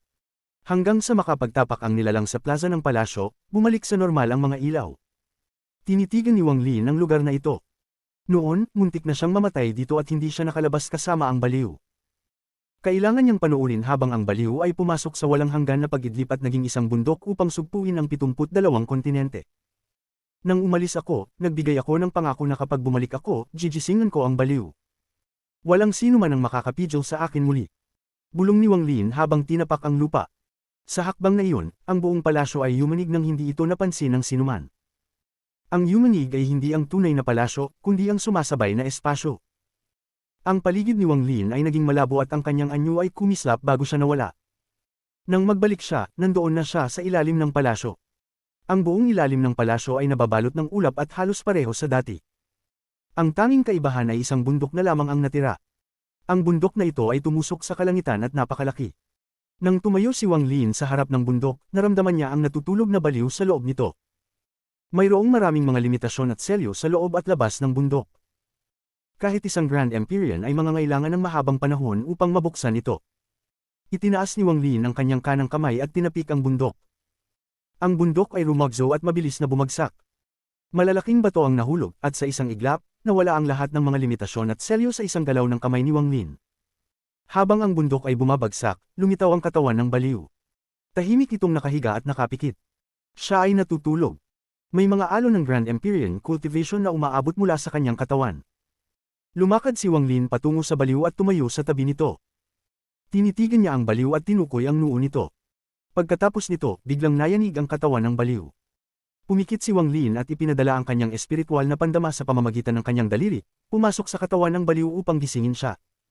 Sa isang saglit, kalahating oras ang lumipas. Binuksan ni Wang Lin ang kanyang mga mata, ipinakita ang isang komplikadong ekspresyon habang tinitingnan ng baliw at sinabi. Kung talagang pinili mo ito, igagalang ko ang iyong desisyon, ingat ka. Tumayo si Wang Lin at maginhawang naglakad patungo sa langit, na nawawala mula sa ilalim ng palasyo. Pagkatapos umalis si Wang Lin, binuksan ng baliw ang kanyang mga mata at tinitigan kung saan nakatayo si Wang Lin ng matagal. Naguguluhan ako sa isang buong buhay. Nabaliw ako sa isang buong buhay. Ngunit ako pa rin ay isang inapo ng Celestial Ancestor. Ngayon napatay na si Lian Daoshan, kung aalis ako, ang Celestial Clan ay walang. Emperador. Nais kong umalis dito, umalis sa Immortal Astral Continent, ngunit dahil may mana akong Celestial Ancestor, kailangan kong magtaglay ng lakas upang tiisin ito. Ito ang aking responsibilidad. Naunawaan ko ito sa aking pag-idlip. Tumayo ang baliw, ipinakita ang isang bihirang bakas ng determinasyon habang matamis na binigkas niya sa sarili.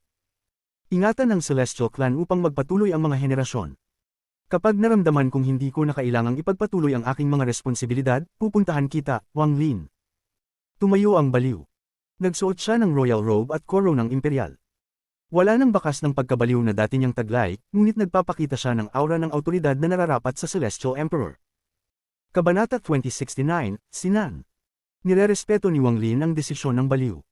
Ang bawat isa ay may kanya-kanyang responsibilidad, at nauunawaan ito ni Wang Lin. Wala siyang karapatang magdesisyon ukol sa responsibilidad ng baliw. Bilang kaibigan, ang pinakamabuti na magagawa niya ay gisingin ang baliw. Kung ano ang susunod niyang gagawin, wala nang dahilan para makialam pa si Wang Lin. May landas din na kailangang tahakin si Wang Lin. Gusto niyang bumalik sa mundo ng Yungib, pabalik sa planetang Suzaku, pabalik sa lugar kung saan siya lumaki. Siguro ang susunod na pagkitang ko sa baliw ay 300 taon mula ngayon. Ang sabi ni Wang Lin habang naglalakad palayo.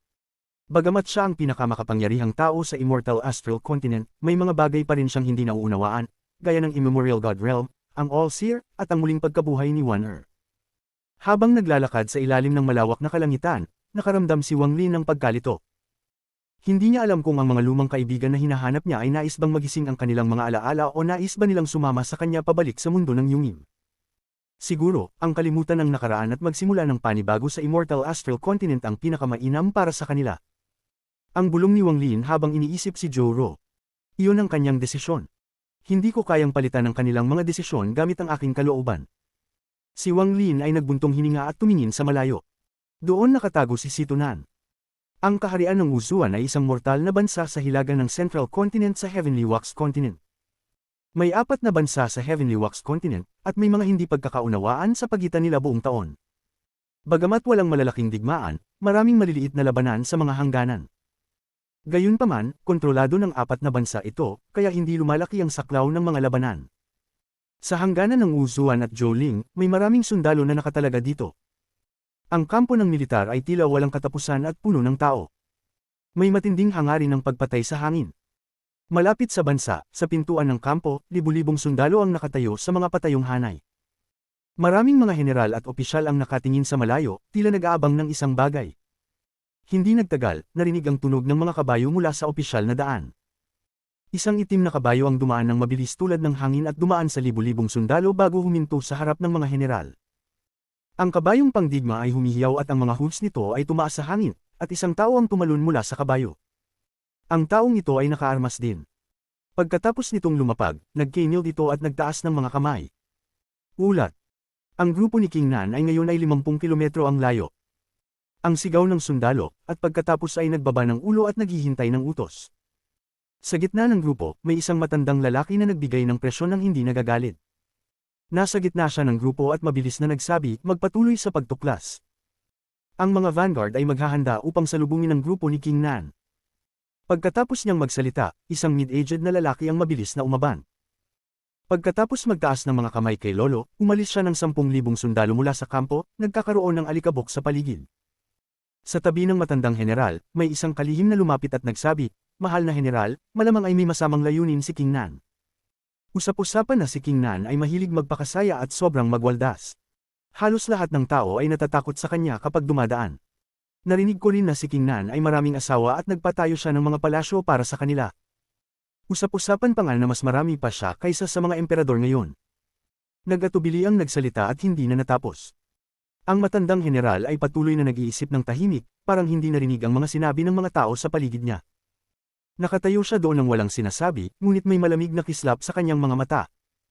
Ang malamig na iyon ay nanatili sa kanyang mga mata habang siya ay pinalilibutan ng isang malakas na aura.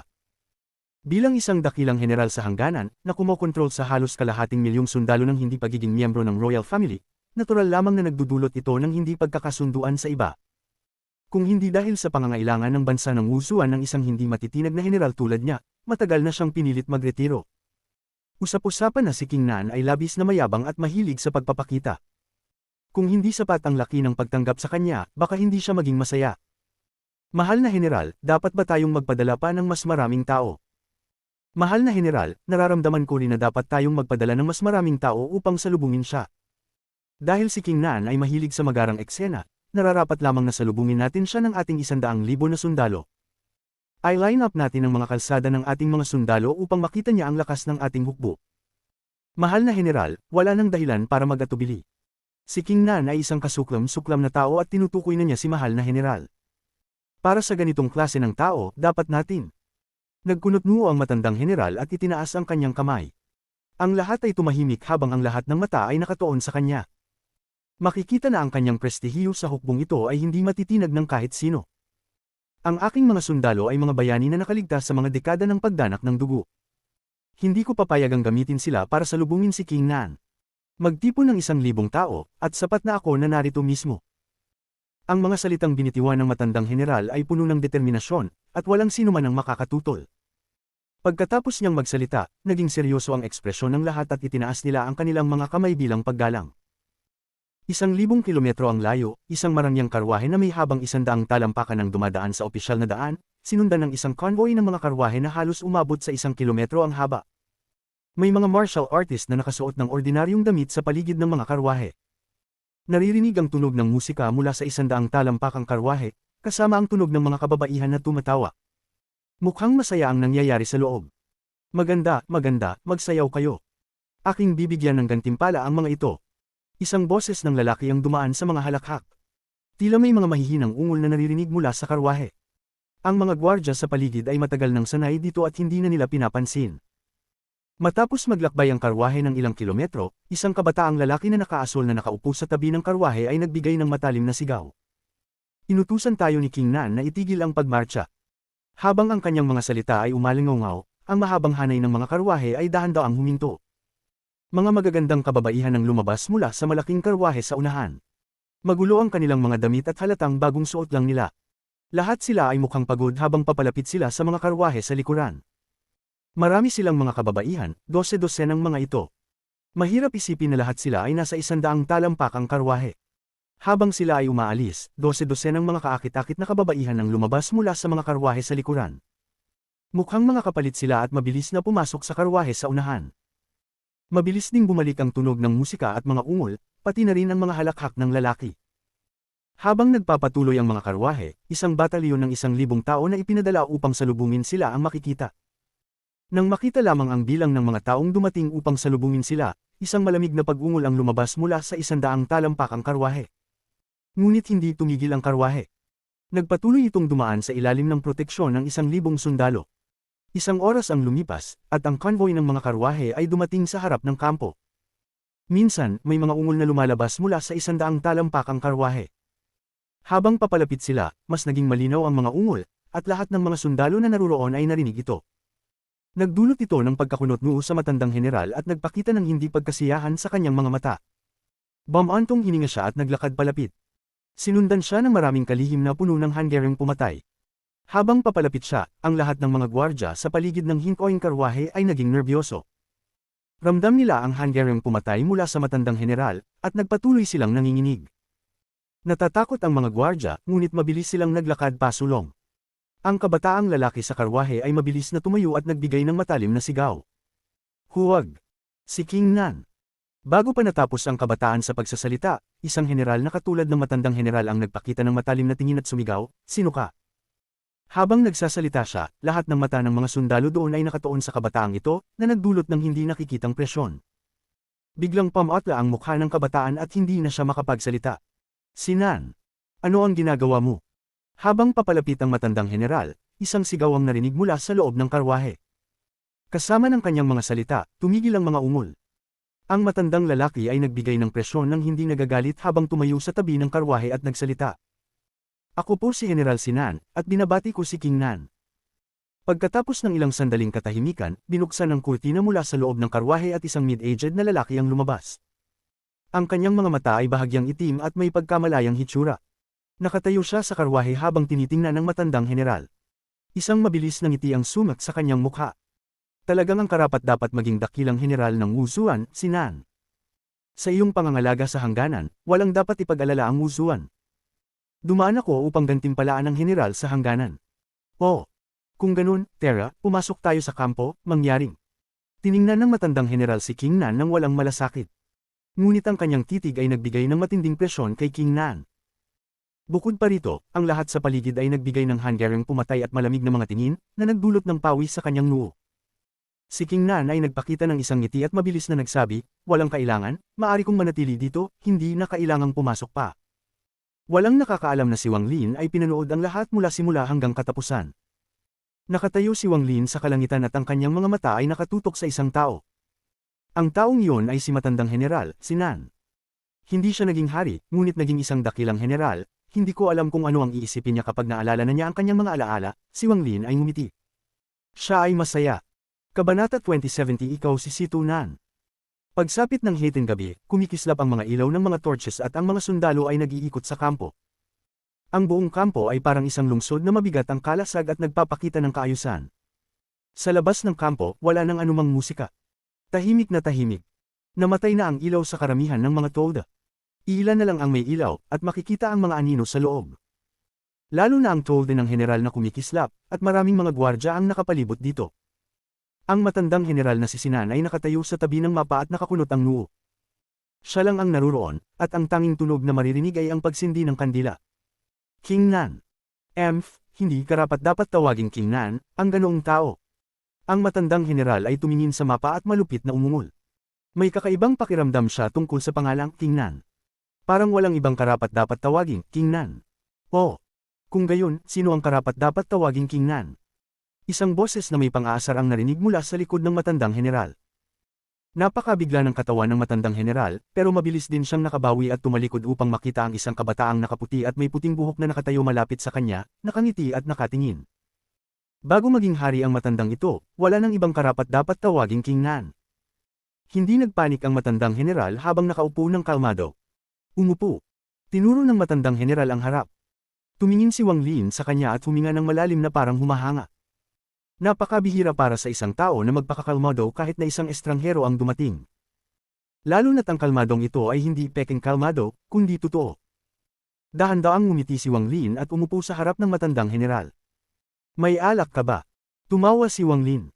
Paano magkakaroon ng walang alak sa isang hukbo? Tumawa ang matandang general at sumigaw ng utos sa mga tao sa labas. Mayroon, magdala kayo ng alak. Isang magalang na sagot ang narinig mula sa labas, at ilang sundalo ang pumasok. Nang makita nila si Wang Lin, napatigil sila, lalo na ang mga gwardya sa labas. Malaki ang pagbabago sa kanilang mga mukha. Hindi nila nakita ang sinuman na pumasok. Ang ekspresyon ng matandang general ay nanatiling pareho, itinaas ang kamay at nagsabi, ilagay ang alak at umalis na. Tahimik na inilagay ng mga gwardya ang ilang garapon ng alak sa tabi ni Wang Lin at ang matandang general bago sila umalis. Si General Sinan ay may matinding kalmado. Inabot ni Wang Lin ang isang garapon ng alak at ininom ng malaki. Kung hindi dumating dito ng tahimik si Ginoo, ibig sabihin kahit na dumating ang mga sundalo, hindi nila kayang pigilan ka, kaya ano ang silbi? Sinabi ng matandang general habang tinitipa ang isang garapon ng alak, binasag ang selyo, at uminom ng marami. Mas lalong kumaway ang ngiti sa mukha ni Wang Lin. Talagang masaya siya. Pwedeng sabihin mula nang dumating siya sa Immortal Astral Continent, bihirang pagkakataon na maramdaman niya ang ganitong kasiyahan. Iba ito mula sa pagtuklas sa kaluluwa ni Li Muan o pagkasama si Zuan Luo. Ito ang hindi maipaliwanag na pakiramdam ng muling pagkikita ng isang matandang kaibigan. Ang pakiramdam na ito ay nagpapagaan at nagpapasaya sa kanya. Nag-flash ang mga anino sa labas ng tolda at naririnig ang mga hakbang. Sa ilang mga salita, napapalibutan na ng mga sundalo ang tolda at lahat ng mga general ay naroon. Lahat sila ay parang may papasuking mabagsik na kalaban, ngunit wala sa kanila ang may lakas ng loob na pumasok. Maaari lamang nilang palibutan ang tolda. Nababahala silang lahat, ngunit hindi nababawasan ang kanilang galit na niyuyuko sa buong kampo. Dahil dito, ang mga torches sa kampo ay naging malabo. Lumipas ang oras, at sa isang kisap mata, papalapit na ang umaga. Ang mga sundalo ay nasa labas ng halos buong gabi. Kung hindi dahil sa tunog ng pagtawa mula sa loob, tiyak na pinipilit nilang pumasok. Subalit, ang mga tawanan ay lalo lamang nagpapalito sa kanila. Interesting. Si Ginoo Wang ay napuntahan na ang maraming lugar. Narinig ng matandang ito ang tungkol sa Mountain Se pero napakalayo nito. Bilang isang mortal, hindi ko kayang pumunta roon. Inilapag ng matandang general ang isang walang laman na garapon at kinuha ang isa pa. Kung gusto mo, maaari kang pumunta. Ininom ni Wang Lin ang maanghang na alak habang tinitingnan ng matandang general at ngumiti. Oh, dapat si Ginoo Wang ay isang cultivator. Ang mga mata ng matandang general ay kumikislap. Tumango si Wang Lin ngunit hindi nagsalita. Nagpatuloy siya sa pag-inom ng alak. Lumipas ang oras hanggang sumak ang araw. Ang dilim ay nawala at ang araw ay unti-unting tumaas sa kalangitan. Uminom pa rin ng alak ang dalawa sa buong gabi. Marami ang napag-usapan ni Wang Lin tungkol sa kanyang mga karanasan sa Immortal Astral Continent. Binanggit ang Heavenly Bull Continent, ang Green Devil Continent, at ang Ancestral City. Nabanggit pa niya ang mga nangyari sa Ancient Clan. Pati na rin ang pagtuklas niya sa kaluluwa ni Li Muan na ikinagulat niya, at kung paano niya pinatay ang Ancient Dao Emperor at nag-alay ng buhay para sa utang na loob ng guro, nabanggit niya. Tumamlay ang kanyang ekspresyon. Kinuha niya ang lahat ng kwento hanggang sa pag-alis niya mula sa Ancient Clan at pagbalik sa Celestial Clan. Pinakinggan ng matandang general ang lahat ng ito. Hindi niya kayang isipin kung anong uri ng pagkatao ang mayroon ng taong ito. Kung totoo ang lahat ng sinabi niya, tiyak na isang kahindik-hindik na pagkatao ang mayroon siya sa Celestial Clan. Ngunit bakit dumating ang taong ito sa kanyang tolda sa Hating gabi upang uminom at makipag-usap sa kanya? Dahan-dahan, ang matandang general ay nagsimulang makaramdam ng pamilyaridad sa mukha ni Wang Lin, tila isang alaala sa kailalim ng kanyang isipan. Nang makita ng matandang general ang mga luha at kalungkutan ni Wang Lin, naramdaman din niya ito. Para bang siya mismo ay naging saksi sa kwento ni Wang Lin at Li Muan. Hindi ko mahanap si Li Qianmei. Sito, matagal ko siyang hinanap pero hindi ko siya nahanap. Bulong ni Wang Lin habang malungkot na umiinom ng alak. May mga bagay siyang hindi kayang pag-usapan sa iba, pero kay Sito, kaya niyang sabihin. Sito, sino siya? Ipinakita ng matandang general ang isang komplikadong ekspresyon nang marinig ang pangalang ito. Madalas niyang marinig si Wang Lin na binabanggit ang pangalang iyon. Ibinaba ni Wang Lin ang isang walang lamang garapon ng alak at kinuha ang isa pa. Sa buong magdamag, ilang beses silang nagpadala ng tao para magdala ng alak. May matalik akong kaibigan na ang pangalan ay Sito, bulong ni Wang Lin habang tinitingnan ng matandang general. Napuno ng kalituhan ng matandang general habang tinitingnan si Wang Lin at sinabi, para maging matalik na kaibigan mo, sigurado akong ang taong ito na si Sito ay isang cultivator din. Nagpakita ng ngiti si Wang Lin at mahina niyang sinabi, isang cultivator na gustong maging hari. Kung nais mong marinig ang kanyang kwento, kailangan magsimula ka sa isang lugar na tinatawag na Susako at isang bansang may ranggo 3 cultivation na tinatawag na Jiao. Ang boses ni Wang Lin ay umabot sa buong tolda. Nakinig ang matandang general at lalong lumalim ang kalituhan sa kanyang mga mata. Lumipas ang oras. Nang dumating ang umaga at sumikat ang araw, patuloy pa rin ang boses ni Wang Lin. Si Li Chanmei, si Situnan, Qing Shui. Lahat sila ay na-reincarnate na sa Immortal Astral Continent. Iniwan ko ang aking marka sa kanila, at iyon lang ang paraan para mahanap sila. Ininom ni Wang Lin ng isang lagok ng alak habang tinitingnan ng matandang general at ngumiti. Tahimik na nagmuni-muni ang matandang general. Nang magtagal, bigla siyang nagbukas ng mata. Ako ba si Situnan? Tinutok ang mata niya kay Wang Lin at nag-aalangan ng boses. Tumingin si Wang Lin sa matandang general at dahan-daang tumango. Ikaw si Situnan, ako si Wang Lin. Wang Lin. Ang bulong ng matandang general, at pagkatapos ng matagal na panahon, nagsimula siyang tumawa. Habang tumatawa, tumulo ang kanyang mga luha. Karaniwan, hindi siya maniniwala, pero ang pakiramdam ng pamilyaridad na nagmumula sa kanyang kaluluwa at ang lahat ng narinig niya tungkol sa mundo ng yungib ay naging dahilan upang hindi niya maiwasang maniwala. Hindi siya naniniwala na may isang celestial cultivator na darating para linlangin siya, isang mortal. Kaya pala, ako ay na-reincarnate ng maraming beses sa Immortal Astral Continent, at sa pagkakataong ito, ako si Sinan, ang dakilang general ng Wuzuan Country. Tumawa pa ng malakas ang matandang general habang patuloy ang pagdaloy ng kanyang mga luha. Naniniwala siya sa lahat ng ito, ngunit dahil sa paniniwalang ito, nahirapan siyang tanggapin.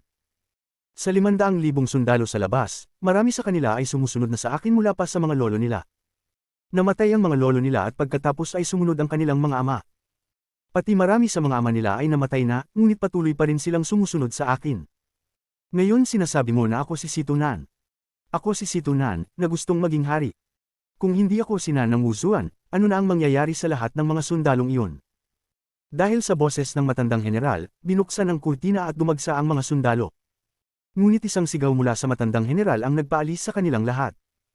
Reincarnation. Reincarnation. Ang isang reincarnation ay may napakaraming mga paghihigpit. Ako ay na-reincarnate ng ilang beses. Ang matandang general ay nakaupo sa kanyang upuan habang tinitingnan si Wang Lin ng may komplikadong ekspresyon, at ang kanyang tawa ay naging mapait. Pasensya na.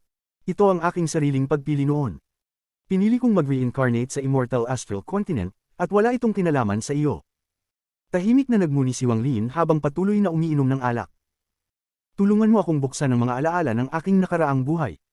Nagpatuloy ang matandang general sa pag-inom hanggang sa maubos ang 3 garapon. Ang mga mata nito ay namumula at mukhang lasing habang tinitingnan si Wang Lin. Pagdating ng hiting gabi muli, umalis si Wang Lin sa kampo na may komplikadong ekspresyon. Lumutang siya sa hangin at tumingin pabalik sa kampo ng may pagmamataas. Nang tumingin siya, binuksan ng matandang general ang kurtina at tinitingnan siya pataas. Wang Lin, kapag natapos ng matandang ito ang reincarnation na ito ng walang pagsisisi at naging kingnan, pupuntahan kita. Sabi ng matandang general. Ang kanyang boses ay puno ng kayabangan at lakas. Nagpakita ng ngiti si Wang Lin at nagsimulang tumawa. Ang kanyang tawa ay lumakas ng lumakas. Sito, kapag matagal ka nang naging hari, mag-iinuman tayo muli. Si Wang Lin ay naging isang sinag ng liwanag at nawala sa mundo. Mga bata, ayusin ang hukbo. Dalhin mo na ang kasumpa-sumpang si King Nan dito. Matagal na akong hindi natuwa sa kanya. Naglakas loob siyang tawaging King Nan. Napag-isipan ko na, magiging King Nan ako. Ang matandang general ay parang bam ata at patuloy na tumawa.